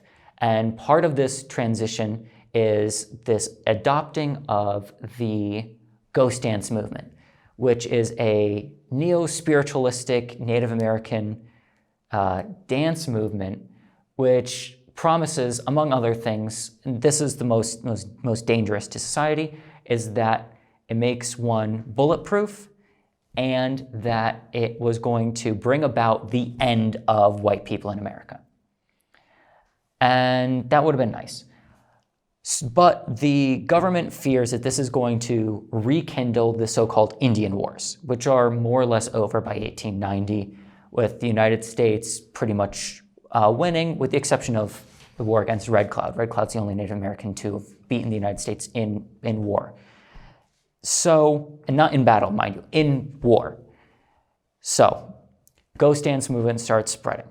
The government starts getting fearful of Native American resurgence and aggression, and it threatens their claims to gold, especially up in the Black Hills. And so they take these people, they round them up, move them to this camp near Wounded Knee, and that's where things go from bad to worse. They are worried that these ghost dancers have guns and that they're going to use them against the United States. And so they go to disarm the people. The military goes in, again, they just round up these people, move them out of their homes into this encampment, and then they start forcibly disarming them. At a certain point, as they're taking all these guns away, they come across this one Native American guy who's deaf. And they're trying to take his rifle, and he seems to not quite understand why. And they're not very interested in communicating with him. But he's insisting that he's not going to give up his rifle because he spent a lot of money to get it. And during the struggle in which they're trying to rip this gun off him, it goes off. And the United States uses that as justification to open fire on the encampment, on this forced relocation of these Native Americans.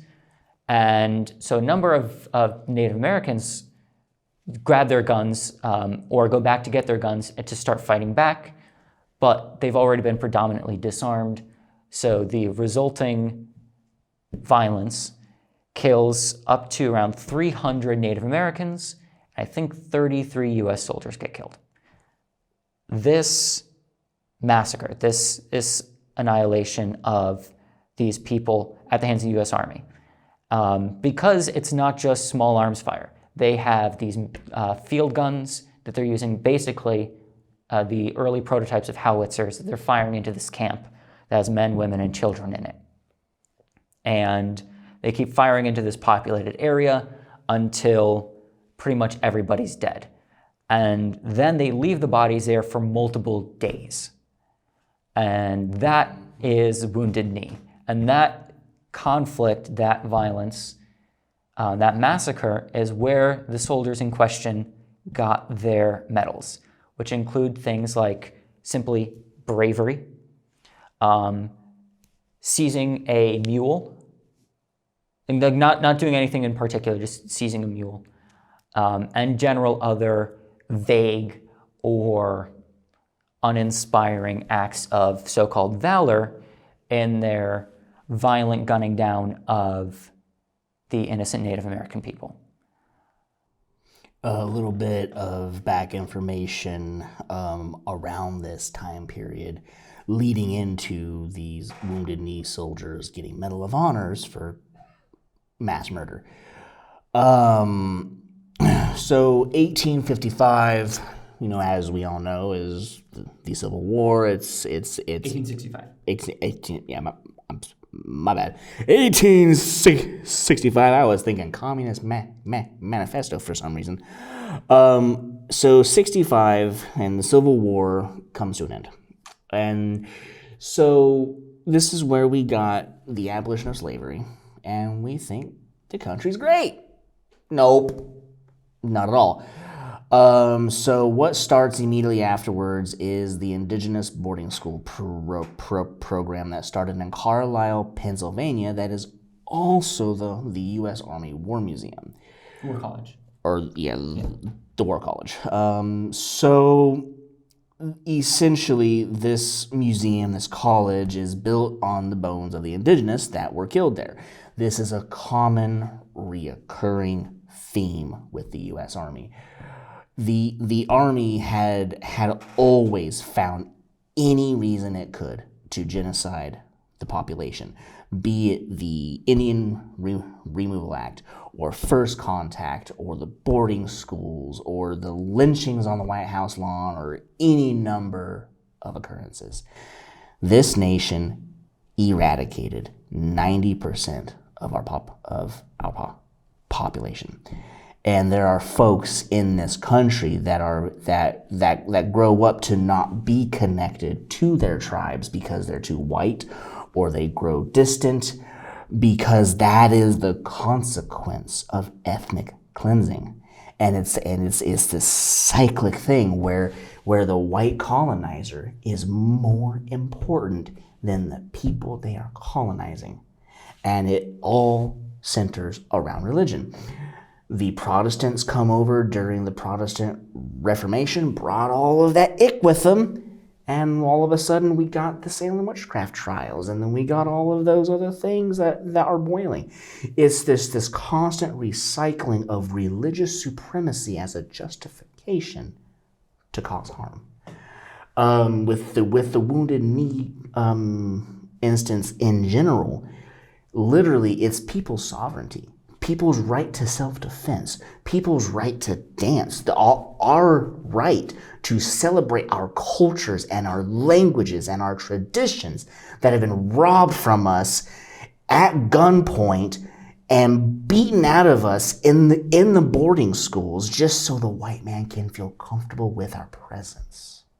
See, these priests would rape the children, boy or girl. It doesn't matter. There's a number of cases of cardinals that raped young women. There's a movie about this very thing called Bones of Crows that talks about a cardinal with Rome that did this thing. And so it's like, when you think about the cyclic terror that is this country's treatment of indigenous black and brown people, things like Wounded Knee are honestly on the lesser intense scales of what has actually happened. Like Black Wall Street, that's a good example. Violence in this country is always the justifiable response to what they don't understand. Native American heritage, in particular, has been considered a huge threat to white supremacy, or to European supremacy broadly. And these are the people that the colonists came over and felt were in the way and destroyed them. There was a saying, how'd it go? It's like, kill the Indian, save the man. Kill the Indian and the child to save the man. Yeah. And it was, for the Native Americans that they couldn't kill, because eventually people got a little squeamish about that, forced assimilation and the eradication of their culture. Like I said, not just their religion, their clothing, their housing, their dress. I already said that. Their names were removed, westernized, Christianized, in order to make them into good little white people who didn't really count as white, but acted like white, so it was good enough. Forced them to move out of traditional housing. And of course, a big inspiration for this was land. The Native Americans, correct me if I'm wrong, but they, broadly speaking, did not have ownership, or did not see ownership of land the way that, certainly not the way the Europeans did. So European settlers believed that land was a commodity to be bought and sold. And Native Americans, even though there were 500, there were at least 500 recognized tribes by the US government, but these 500, or 500 plus groups of people almost universally did not recognize land ownership or land as a commodity to be bought, sold, owned, etc. So when you have a group of people who refuse to see land as a commodity, living in a piece of land that you want to own and buy and sell as a commodity, you have to force them to either move off that land or to agree to sell it and participate in your commodity enterprise. And this is exactly why, and that's not even discussing that just open racism. That's a huge reason why the United States spent so much time eradicating the Native Americans. It was in the pursuit of profits. And now the Native American heritage is used as weapons of war. It's no accident that our helicopters are named after Native American people groups. Missiles are named Tomahawk missile, the Chinook helicopter, the Apache helicopter. And all of these people who were displaced, dispossessed, and and the victims of genocide, of white American military genocide. This was the primary function of the military in the United States for a very long time. Yeah, the only function was to protect white people against Native Americans and to destroy Native Americans. So if you're thinking, well, that sounds awfully familiar. And then we wonder why this country has such a nice relationship with Zionists. Yeah, exactly. Like, could you imagine living here in this beautiful country, up in these mountains? There's nothing but trees. There's none of the buildings, right? Because it's not colonized. Imagine living peacefully with your clan. The clan system's in full force. Everything is copacetic. The families are big. Hunting parties are going out. The women are running the show. The men are in their submissive place properly where they're supposed to be. Society functions. In comes the white man. All of a sudden, you don't have a home anymore because they took it. You don't have your land anymore because they took it. You don't have your children anymore because they took them. You don't have your hair anymore, your beads, your garments, nothing anymore because they took it. They burned it. They burned your whole life before your eyes just to say, you're bad. Just to come into where you live and say, this is ours now. You belong to us. You are going to work for us. We're going to give you a small piece of your own land back because we're magnanimous to show you that you belong to us.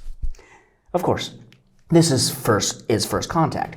So when we go to the boarding schools, could you imagine living peacefully with your family and then out of nowhere, soldiers show up armed to take your child, your 2 children, your 3 children, ages 6 to 8 or even older, to put them into these boarding schools where they're going to get raped, beaten, molested, forced to do things that, like labor, and I can't even spell it out correctly. When these priests would impregnate a child, they would take the child after it's born, incinerate the child, and then beat the child who conceived the child because it was unholy. This is the concept of what this church and this structure did to my people. So when I see it happening to Palestinian people, I get mad. And just to bring it back to the medals at Wounded Knee, imagine, I mean, we don't have to imagine because it happened, being given a Medal of Honor for massacring a civilian population who is effectively your prisoner, and you've already spent decades torturing. And this is giving out medals for Wounded Knee is exactly like giving out medals for Hitler's Iron Cross. Yeah, or for the IDF now in Gaza. And what they're doing right in Gaza, the so-called war in Gaza, is a massive massacre at Wounded Knee of 2.5 million people. Right. But they want to complain when people shoot back. Well, that's always the case. They want targets that don't fight back. But see, this is also something that really concerns me about Trump wanting to now say, oh, no one's now leaving Gaza. It's going to be one big happy family. Oh, does that mean you're about to stick Palestinians in residential schools to make them more like Israelis? Probably. Thanks for joining us for this week's episode of The People's Report. Don't forget to subscribe at solidaritytv.org. Organizing the working class of the world in solidarity forever.